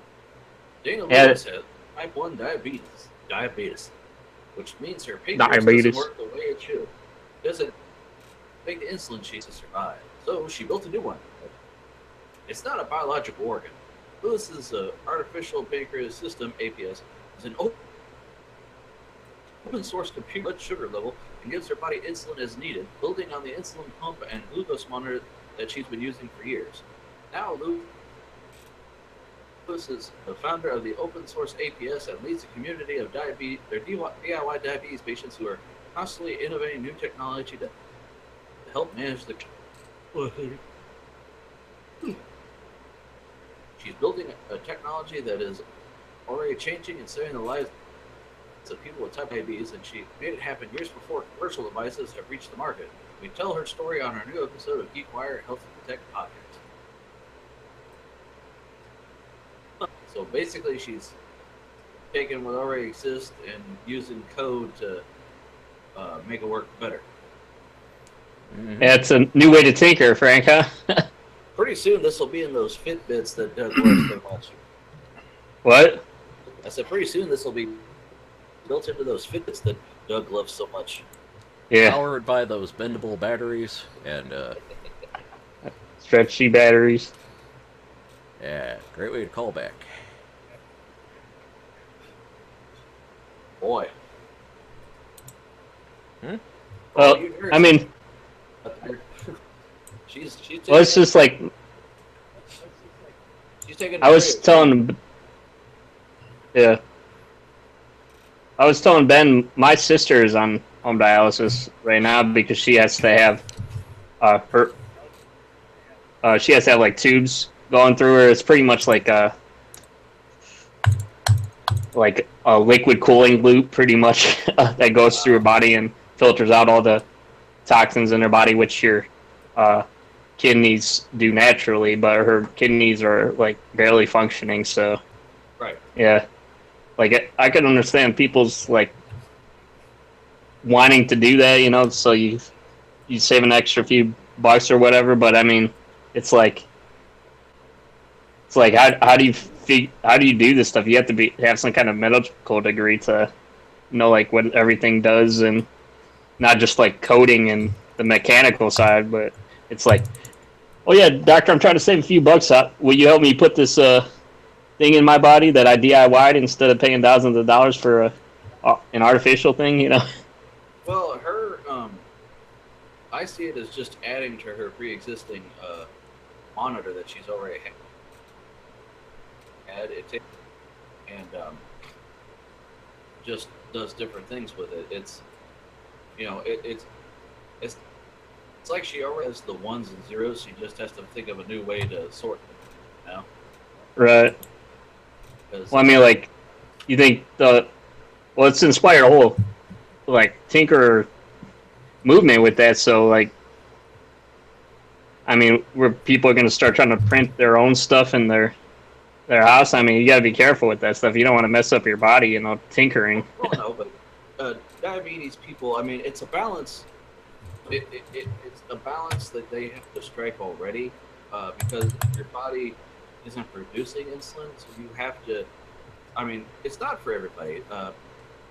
I know people that work at endocrinologist's office where, you know, they would see diabetics, and the problem with a lot of people is they're not compliant and they don't, you know, care. They just do whatever they want, eat whatever they want, and they imagine that their diabetes tearing their ass apart. I mean, Yeah. You know, this lady is basically, you know, already on top of what's going on with her body as it is, and then she's, you know, basically written, you know, software apparently that will take over for her to some extent, and make it have more functionality.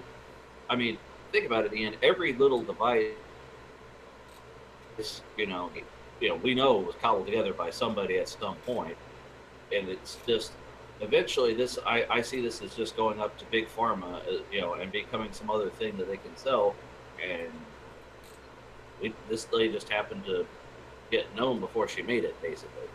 Oh yeah, like I'm all about like sidestepping big pharma and stuff. Like because there's a lot of things like that's one of the issues with patents in the pharmaceutical industry and stuff where like things can't get through and stuff because of patents, like and people have to suffer because of that. Like I'm all about circumventing.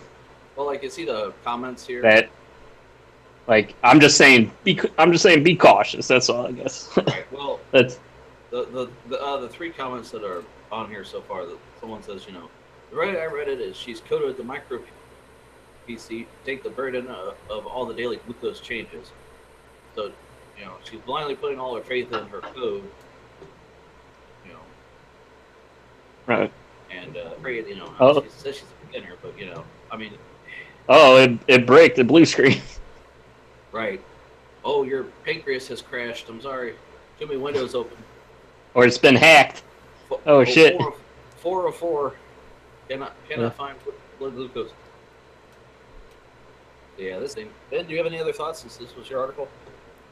Well, I think it's interesting that, she's saying, like, there wasn't a thing that would automate this, so she had to work out a way to do it, because it's like, how much of your day do you, if you had to treat your diabetes, is it like sitting there going, okay, I measured my blood levels and all this stuff, or would you rather have an automated thing to help do it for you so that you can live your day,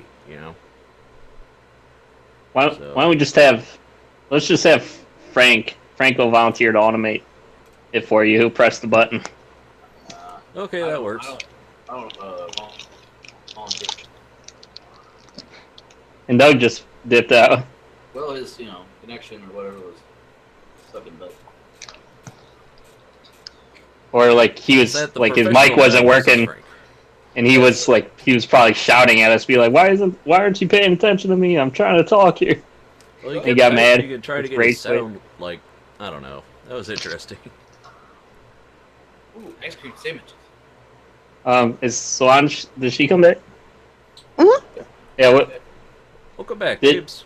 What was did you give your opinion on the net neutrality one?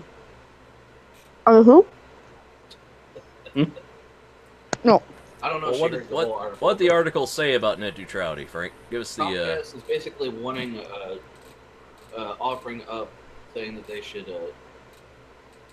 basically retailer the net neutrality rules to meet their standards, because otherwise it could harm deaf and disabled people by prioritizing the network for metal records differently.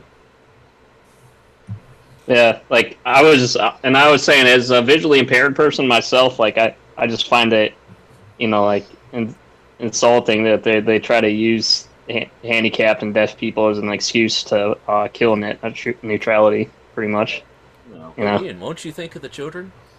I mean, we got to think of the children. Children, our future. Poor old blonde. Sexual chocolate, ladies and gentlemen. Sexual chocolate. That song, Teddy Bear. Poor old cripple boy. Yeah. Teddy Bear. Solange. I don't exactly know what net neutrality is, so I. You don't have the. Well, basically the issue is that the internet, you can go to all sites that your ISP doesn't throttle or make it more complicated for you to go to YouTube or Netflix than it does to go to their, like here we have like Time Warner or Spectrum or whatever, and you can go to Netflix, so you don't have to watch only the video from the your cable company that's giving you the signal.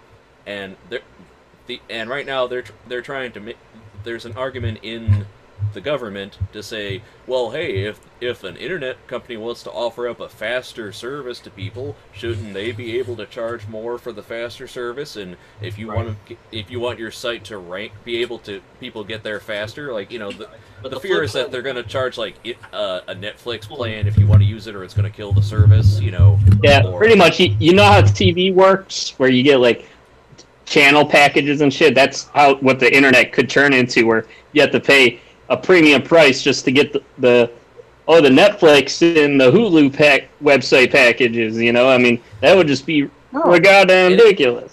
And it could kill smaller businesses because, like, the companies that could pay to have, to be on the higher packages, they could get priority over, like, Joe Schmo's site who can't get that kind of advertising revenue. Yeah. The way it's been explained best to me was, think of it like the way they classify internet service providers now is they're a telecommunications. They handle it's a utility. Utility company. So your electric bill, you get so many kilowatts of electricity, and you can do with it as you wish. Doesn't matter if you're running a microwave or a clock. Everybody has to have access to it, is what they say. But if the internet, they say, well, we provide access, but if you want to, go to YouTube, we'll throttle your speed because, like, say your ISP is Verizon, they have their own package, or DirecTV even, they have their own packages, and they're going to, which actually I have a story here about net neutrality. Verizon actually denied that they slowed down people going to Netflix, and now they admitted that they violated it. Well, the thing is, like, the FCC had control. It said that they had the authority to control it because things like phones and electricity, they're a thing that everybody needs, so we have it. And the argument they have is, oh, it's not the same as the phones because you don't have to have the internet. Yes, you do. It's the 21st century. Just shut up. Well. Yeah, and also I'd like to say that, like, some people would argue saying, well, that wouldn't be too bad because then some cable companies would be, or internet providers would, like, there would be competition where, like, hey, we don't regulate that stuff, go to us. But unfortunately, since a lot of these ISPs are such huge monopolies, they're going to be the only thing that you can even get in your area. So, like, you won't even have a choice. There's no real It'll competition. be all up to them. Here, there's really only, Spectrum. Like, there might be some smaller dial-up services, but if you want a fast internet connection, you go to the one company. And if that one company decides, hey, you don't get access to these certain sites, or you have to pay extra for that kind of thing, well, we're stuck with it because there's realistically no other alternative. Right, but this story that we're reading in argument is Comcast, which is a internet provider. Their argument was saying that deaf and disabled people will suffer and go through lower speeds because of net neutrality, which is, like they said, this has actually never been a case, and it just sounds good. And they're I'd be like, bitch, prove it. How about that? Yeah, pretty much. Yeah. Well, what's your guys' opinions on Solange and Doug? You're for net neutrality, right? If you're not for net neutrality, then we have a very large problem. If you're gonna have a fast lane, then how can you not have a slow lane? They still don't have an answer for that. So. But anyway, Solange, do you have any thoughts on that? Is that? You see the argument? During which time I can rub my eye, tear the thing off, and have to start it again. Well, not fun. Sorry, what? Sorry, my roommate was talking to me. Well, apparently net neutrality is equal to rubbing your eyes and tearing the thing off. Yeah. Cheers. Okay. Do you want to keep watching your Netflix at a good speed and reasonable price? Yes, I do. Yes, I do. Okay, so she says it's bad. Next. Okay. There we go. Well, Pretty I much. got two stories. Just to piggyback, I emailed you, Ian, so you can throw them in right here. Hulk smash, yeah.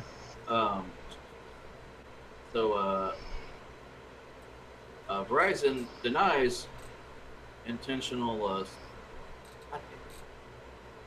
Trying to pause and add, it brings up another one. Denies intentional slowing of Netflix and YouTube. I believe that's actually a little late because they already admitted in the statement that it was set as like test caps but they've already stopped doing it. Hold on to the second Oh. article. Doug's like, you're too late. No. I provided both articles that were on this. Not in the know.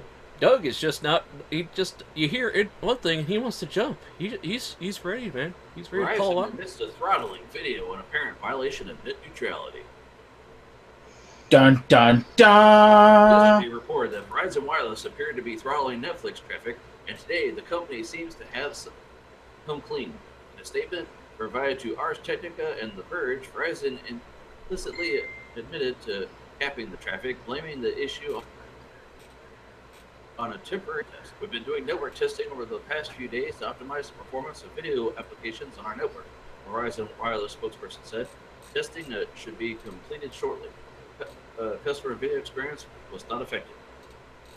This is a really weird statement, seemingly referring to something completely different from what customers actually experienced. What customers saw wasn't optimization, but a clear cap with tests from Netflix speed test tool showing measurably lower rates than non-Netflix tests. While Netflix was the only service to have a speed test tool producing measurements, it now appears that similar caps are applied to all video applications on the Verizon Wireless network. A subsequent statement from a Verizon representative took issue with the article, calling it dead wrong and saying that it makes no sense. We are constantly testing the network, the representative said. It's what we do to optimize performance for our customers. The test was across the board and did not target any individual applications. At the same time, the representative confirmed that 10 megabits per second cap was in place for some users. The consumer video experience should have been unaffected by the test. The representative wrote, since 1080p video is HD quality and looks great at 10 megabits per second. So, yeah. My only question is, the people who are complaining about their YouTube being throttled, they do know that even though you have unlimited data through Verizon, as part of that, once you hit like 22 gigs, they have the right to throttle you down anyway. Some people are probably making an issue out of something they probably already agreed to. Well, they not paying attention. We already said they don't read the thing. It says they don't read that EULA that's supposed to protect them, Doug. Yeah, I mean, yeah, you're gonna be cleaning toilets for 1,000 hours. It says so right in the agreement. By the way, FCC got more than 10 million comments on net neutrality. Been said in an FCC proceeding, as millions make their voices heard in the proposal to roll back net neutrality regulations. About net neutrality, more than 10 million comments have been filed at the FCC on a proposal to roll back net neutrality regulations. That's more than twice as many comments as were filed 2 years ago when the FCC was considering the current rules. Republican-led FCC introduction the Republican-led FCC introduced a proposal to keep rules. The first public comment period of the proposal ended Monday. A rebuttal period is now underway to allow for additional comments until August. Roughly 2 million of these comments were filed last week when thousands of activists, individuals, and tech companies participated in an online protest to educate people about the benefits of net neutrality, according to Fight for the Future, one of the organizers of the campaign. The flood of comments reflects the positive sentiment that most Americans have towards the existing rules, which ensures broadband companies can't block or slow down your access to the internet or charge companies a fee to deliver faster to customers. So yeah, at 2 million people, that's pretty good, right? So what was that? what? What? So I'm sorry, I was typing myself, so I kind of glazed over there. But I wasn't listening to you. well, I heard that you said that Does anybody? like there was millions of people that gave comments to the FCC. So like, what did they decide to do about it? Well, there's a rebuttal period underway. Allow for additional comments until August 16th. So he didn't decide shit. Oh, okay. He's like, oh shit, I got more comments than I wanted. Maybe it's time to rethink this. Well, what do they do? I guess you're going to have to read the article. Dun, dun, dun. Anyway. Why did you do the People's Court theme? Dun dun dun. See, if you're listening to me, this is the Dun, link. dun, dun. Okay. Look looks like Nintendo is making a miniature, inexpensive version of the original Nintendo 64 console. Nintendo's got a new console, and the Nintendo Switch was launched back in March. It is, for all intents and purposes, Nintendo's main product, but one of its classics, the Nintendo 64, they became a... So, yeah, might be a little... Is that like that Atari that they're putting out? Well, see, that's crap, which is another way to get your fucking money. All the Let's hear Doug throw that down a hammer. Yeah. Hey kids, let's bring out the NES Classic and only make 5 of them. That way all the scalpers can get them. Okay, it's a great idea. Okay, let's now make an NES Classic where we only make 10 of them and all the scalpers can get them, and then charge it another $85. Oh, that's fantastic. Oh, guess what's next? The Nintendo 64, where you're going to get shit on by Nintendo again. Why people keep going back to this fucking boggles the mind. What is wrong? No, talk to me. Look inside the screen. Look in my eyes. What is wrong with you people? Don't you know you're being royally screwed? And basically having to do this to Nintendo over and over again to play games on an emulator that costs you fucking $35 to get the entire mother fucking emulation, all of them, not just 20 games, not just any games, not just 100 games, all of them, all the games. Yeah, but they got to make that Nintendo. God, what is? Why? I feel your pain. I understand scalpers because I'm a Fallout fan, and look how much one bottle of Nuka-Cola goes for on eBay. My thing Gotta is make that Nintendo. Fucking Nintendo creates this false demand for something that barely works in the first place, that they basically rip off of other emulators. You could build a Raspberry Pi, 3D print an actual mini console to make it look even cooler than what they pump out. I agree. So you're saying this is a Nintendo? They said the interface is actually pretty good, though. I mean, it's Android based, obviously, but they said it's actually pretty good. And that's the thing, is that the basically what you're getting in these classic game consoles is something that you could do on your own in about 3 hours. Well, Doug, they realized that no one was buying in the virtual console market. So they said, let's give them a cute little bullshit plastic NES, and they just ate that shit up. No, you know what the problem is? I can tell you exactly why the virtual console is a failure. Why is that? One simple fact. What's that? The virtual console does not link up between different systems. Your user ID does not switch over. Like, say, with me, for instance, just using my PlayStation as an example. My PS3, my PS4, my PS Vita are all connected by a PSN user ID. It's an overarching account, and whenever, like, say, if I go to another PS5 comes out, my user ID goes to that, and my purchases go with me. They know my purchases. They have a log of my purchases. The Wii to the Wii U to the Switch.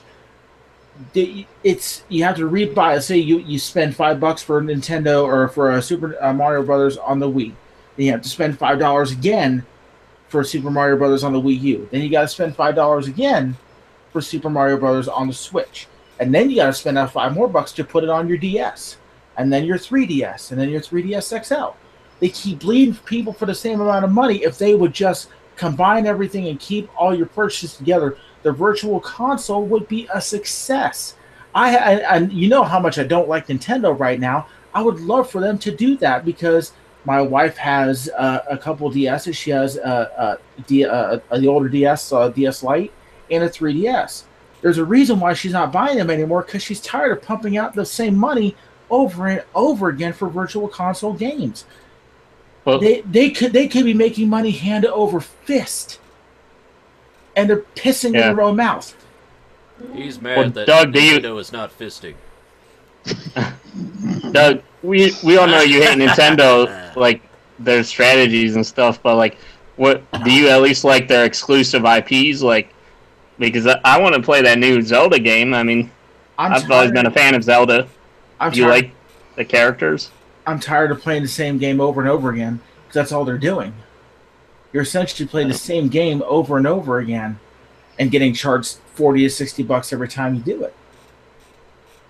You know, at the very least, you know, and there's a reason why I've put the call to arms out of most of my friends to have Xbox and PlayStation fanboys band together to show Nintendo what the fuck is up. Because they need to know what the fuck is up. What the fuck is up, Doug? What the fuck is up, Doug? What the fuck is up is that what the fuck is up?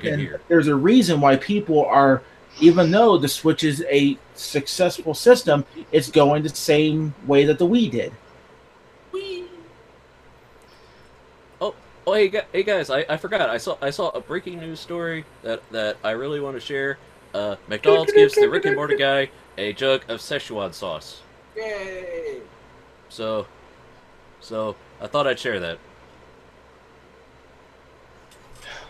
Cool story, bro. Oh, about the sauce, Morty. Cool story, babe. Now go make me a sandwich. First off, I ain't your babe. Second, you already are a sandwich. You're a hoagie. Oh! Third of all, you don't need it any sandwiches.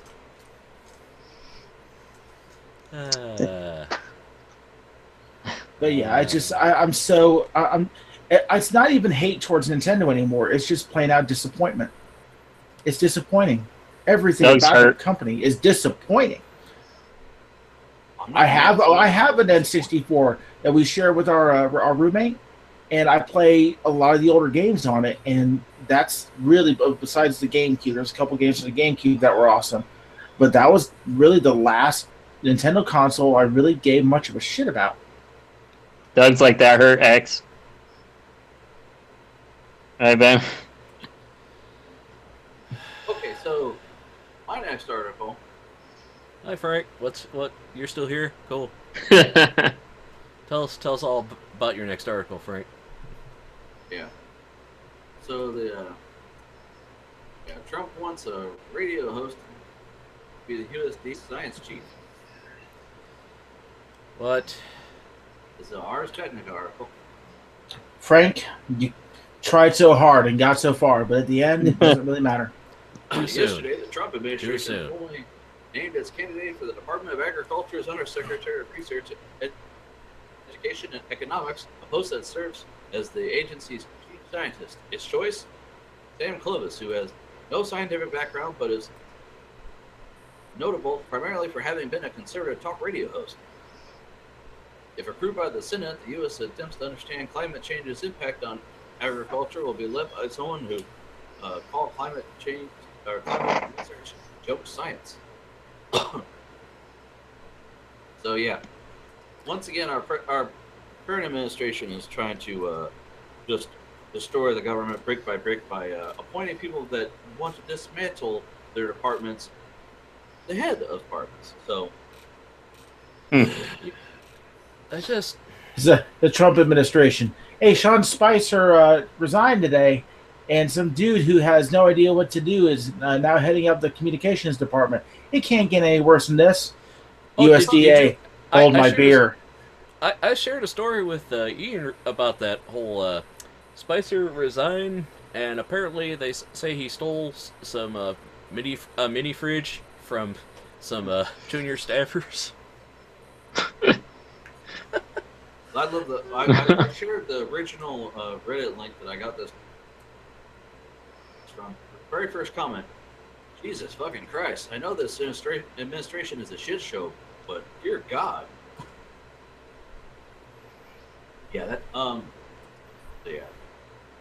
Anybody's thoughts on this other than mine? Well, it's like, it's like, hey, this guy on the talk radio, he believes the same political points I do. Let's put him in charge of the science department that disputes it, so now there won't be any science department that says these things. It's like, who's he's going to put in front of race relations other than, like, his one black friend that says there's no problem with race relations? Yeah, I don't know. Did you know, did you hear about that Alex Jones guy about how he was, like, in a custody battle with his wife and everything, but his and his wife was trying to say, you know, that like look at all this crazy stuff he believes and says on the air, and then his lawyer actually says, "Oh, that's just the character he plays." Yeah, yeah. We asked you about that, Ian, because you told me you were an Alex Jones fan, so. Well, I used to like him, listen to him a lot more because my friend got me into him, and you know, like I kind of have like an anti like, you know, like establishment type of slant, you know, where Anti-authoritarian like I streak, like you wanna be freedom the- and stuff. Until, Yeah. I want to be the rebel and stuff, but Then he says that NASA is running a sex traffic ring on Mars, and right. Wasn't a children's sex trafficking Yes, ring on yeah. Mars? doesn't really matter the age at that Yeah. point. But also, by Yeah. the way, I forgot I had another article on net neutrality. I'm just gonna. Okay. Just Well, We get it, bro. I put it in the links, so this was a one you can talk about. You know, you can read it, talk to your friends about it, tell your friends and family. Okay. But yeah, I don't know if we talked about if you guys did you guys ask me on the show, or was that like off air what? about the Alex Jones I thing? think we asked you about it when it happened, but I don't know. Yeah. I don't think you responded, or maybe you just didn't get what we were asking at the time. I don't know. I don't know, but well, because I What is heard jelly? Stern talking about it and stuff. What is jelly? I don't even know what jelly is. Get the jelly. I just can't believe because he backs Trump and stuff. Like, I'm surprised he hasn't like responded to any kind of comments or anything about like, you know, the whole thing with, you know, you have to have a slow lane then, you know. But, anyways, Frank, do you have any, or does anybody have any other thoughts about this, Solange? No, not really. I have 2 more articles, by the way. Are you guys cool with that? No, we're never cool with it. Shut up, then. But are you gonna talk about my Disney article after this? Sure, Ben. Okay. Qualcomm looks for iPhone sales ban Don't worry, in the Ben. US. Sues Apple in Germany. But I'm worried. Qualcomm applied with the U.S. Internal Trade Commission for a total imports injunction on an effective sales ban against Apple and its iPhones on July 6th. It's been one link in a chain of escalating actions between the two companies over patent licensing disputes for the chip maker's intellectual property.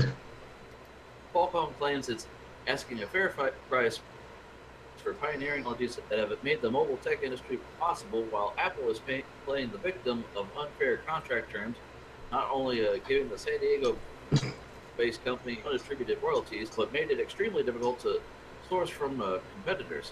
2 weeks later, the Computer and Communications Industry Association placed a brief in Apple's defense. It represents the interests of Amazon, Facebook, Google, and Microsoft. The point, association CEO Ed Lax has made, iPhone 7 units have Intel modems and not Qualcomm units.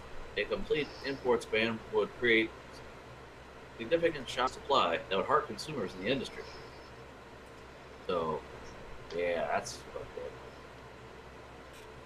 Qualcomm's getting greedy. I mean, you know, they're in every damn Android phone, and now they're, you know, Apple's like, don't mess with us, son. And they said, who you calling son? And then it's a big, you know, pissing match. Mm-hmm. Because that really that'll have a domino effect though, because if Qualcomm was able to shut down Apple sales in the U.S., that means Apple can't order any parts from like Samsung and Intel. It'll cause an entire domino effect. Especially with the ITC, you get a ban in one country, that falls on other countries too. Like pretty much, it'll in one fell swoop, at least 25% of the entire industry will come down to a standstill, and that would go the same for like Samsung products too. Benjamin, do you have any thoughts? What? Benjamin, do you have any thoughts? You're an Apple fan. What happened now? What are we talking about?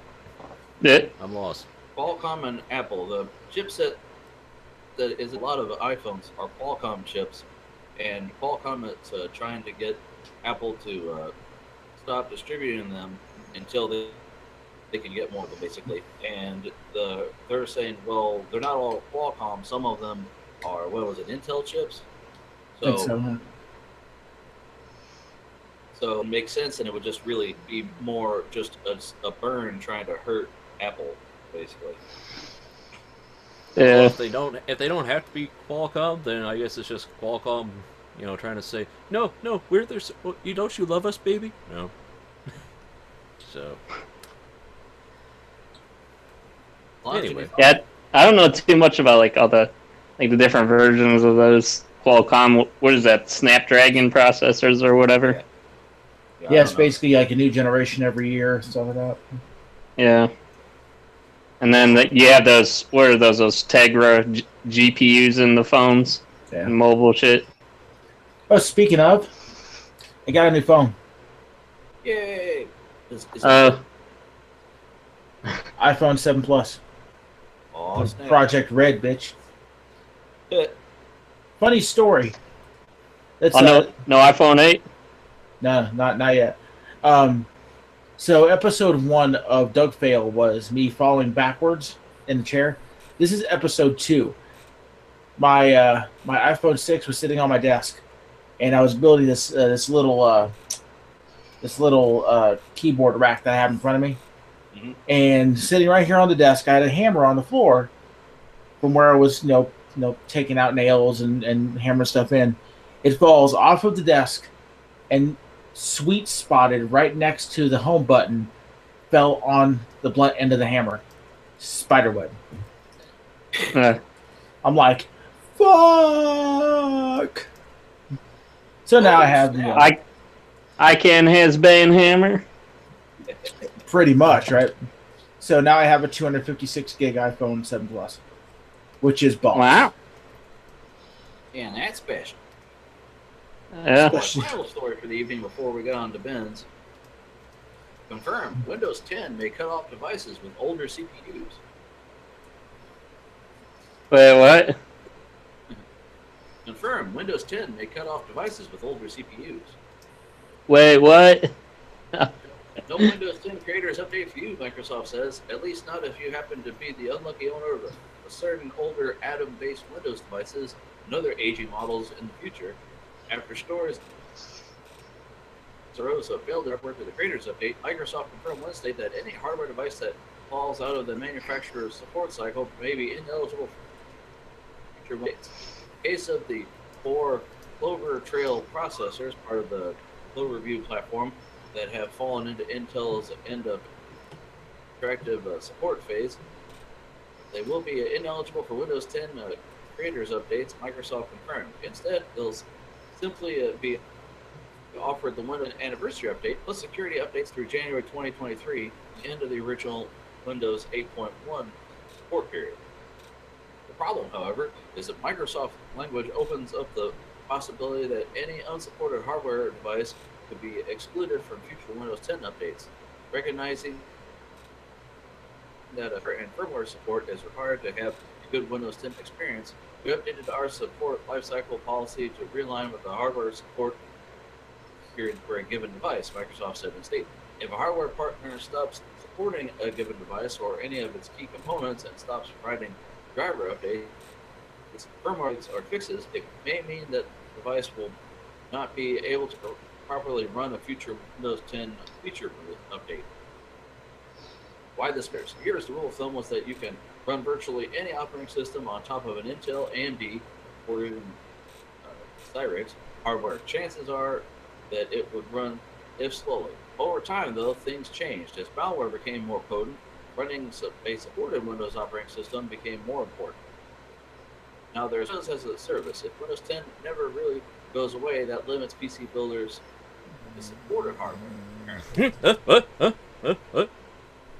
Now we have to worry about how long all of our hardware components are supported, lest we lose access to upcoming versions of Windows 10. So basically, they're saying, yeah, you got an ARM processor. Sorry. Even though that came with 8.1, That's all you get. I'm sorry, I was having such a great dream that I died and wasn't on this anymore. Oh,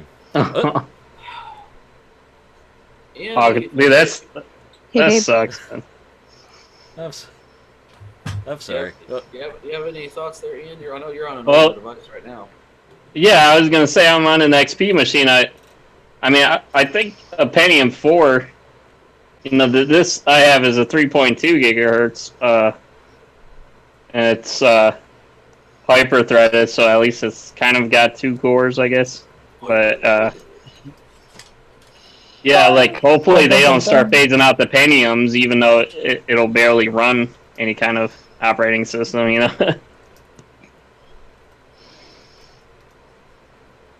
So, yeah, there's that. Oh, did Solange have to go? Yeah, where'd she go? Ben? I think she was getting a little bored with the talk. So. Oh, she was trying to say she wanted to go. No, she doesn't know much about processors, and neither do I. Be quite honest. Oh. Oh. Well, we were gonna say goodbye to her if she wanted to go. I mean.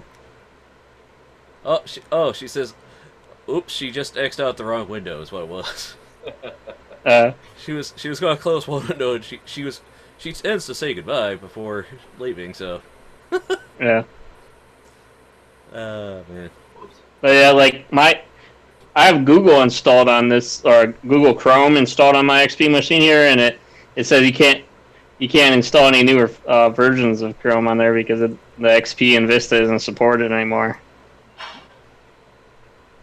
Even though it runs it pretty good. Like what? It just sucks when you cut things off, even though it works okay, you know. Well, it's like they decide we're not going to support this. So maybe to start to figure out that nobody wants the fucking operating system. How about that? Hey, welcome back, babes. Thank you. You know, that X is a tricky button. That's what she said. Wait, That's what she what? said. What? Okay, Vince, where's the story you had?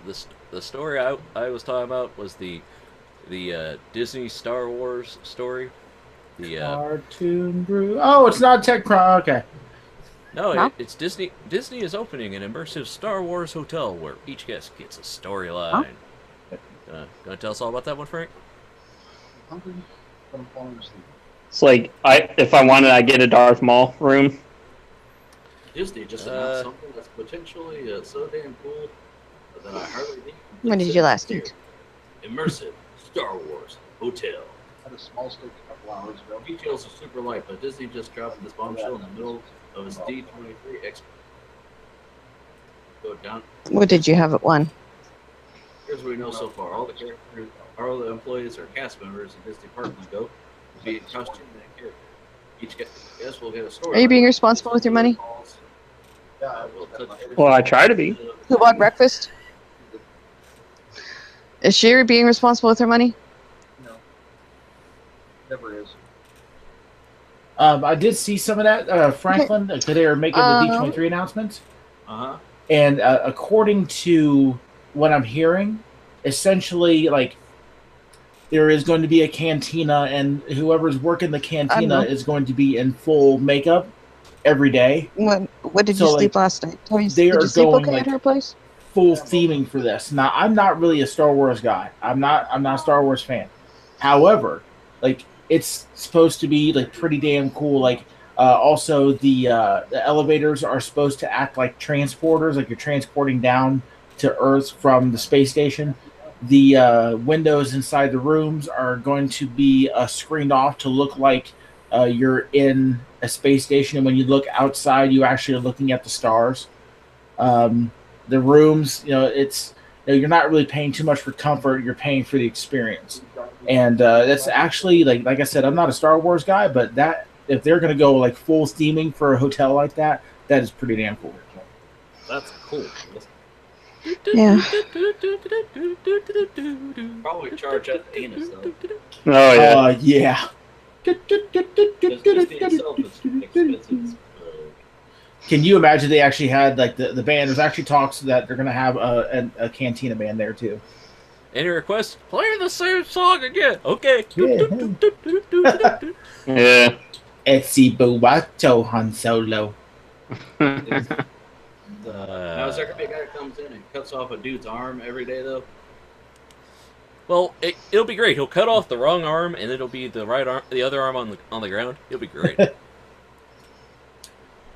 you guys do good at Chewbacca? No. So that's Nope. a no. Huh? You know I do, yes. Nope. What? Are you shutting down our Chewbacca impressions? Yes. Well, like you could do one if you want. I mean, No, I don't do a good Chewbacca, so that's why I'm not gonna. you didn't like our impressions. Not so much, no. Waka Waka. Waka waka baka. Shut up, Meg. All right. I thought your lack of faith disturbing. Okay, so I find your lack of tacos disturbing. is that it for Yeah. tonight, guys? Yeah. Unless anybody wants to state anything. Tacos are delicious. Tacos are yummy. Chimichangas for life.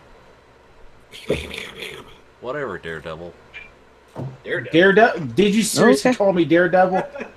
You fucking weeb. No, I ironically called you Daredevil. Yeah. I don't know. Some hotel where they dress up like Star Trek characters.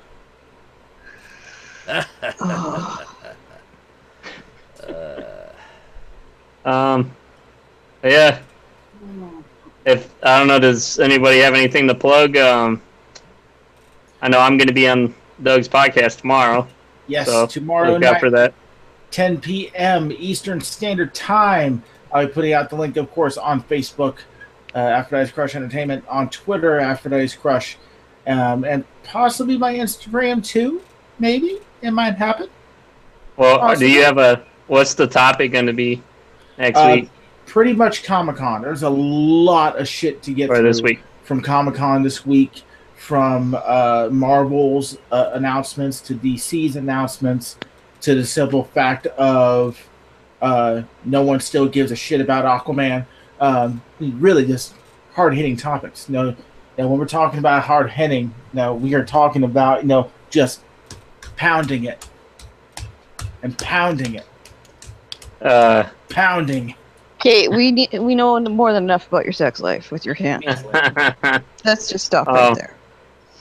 I'd also like to point out too that there was actually a few viewers who said that were watching us when we were actually doing the show. Yep. Not just after the show. I mean, Weirdly enough, did you get any? How many people viewed the shit afterwards? It's small numbers, mostly because I don't think I tagged it very well. I'm gonna have to do a better. Okay. I'm gonna have to do a better job of tagging topics.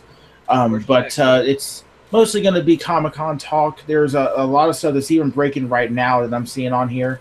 So there's gonna be a lot of stuff to go over. Which, by the way, if you want to check out last week's Crushcast, feel free to jet on over after you leave here to my channel, Aphrodite's Crush.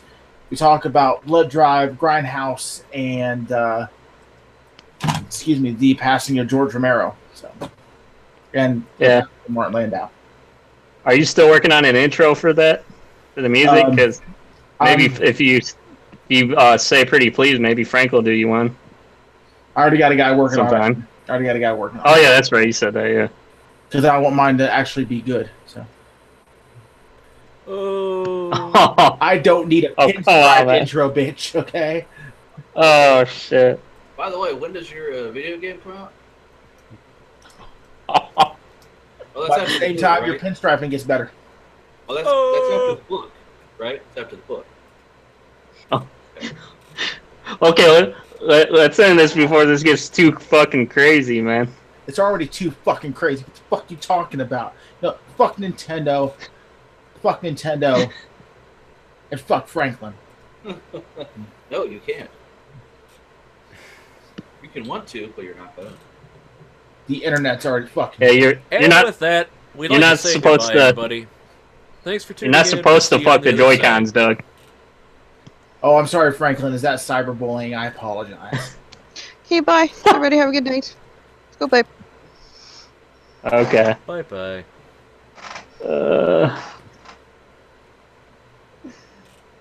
Oops.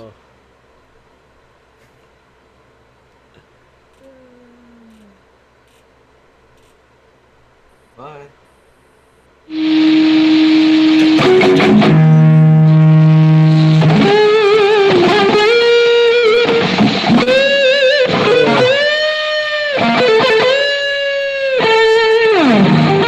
Oh, yeah. It's right very now, hot, Frank. y'all.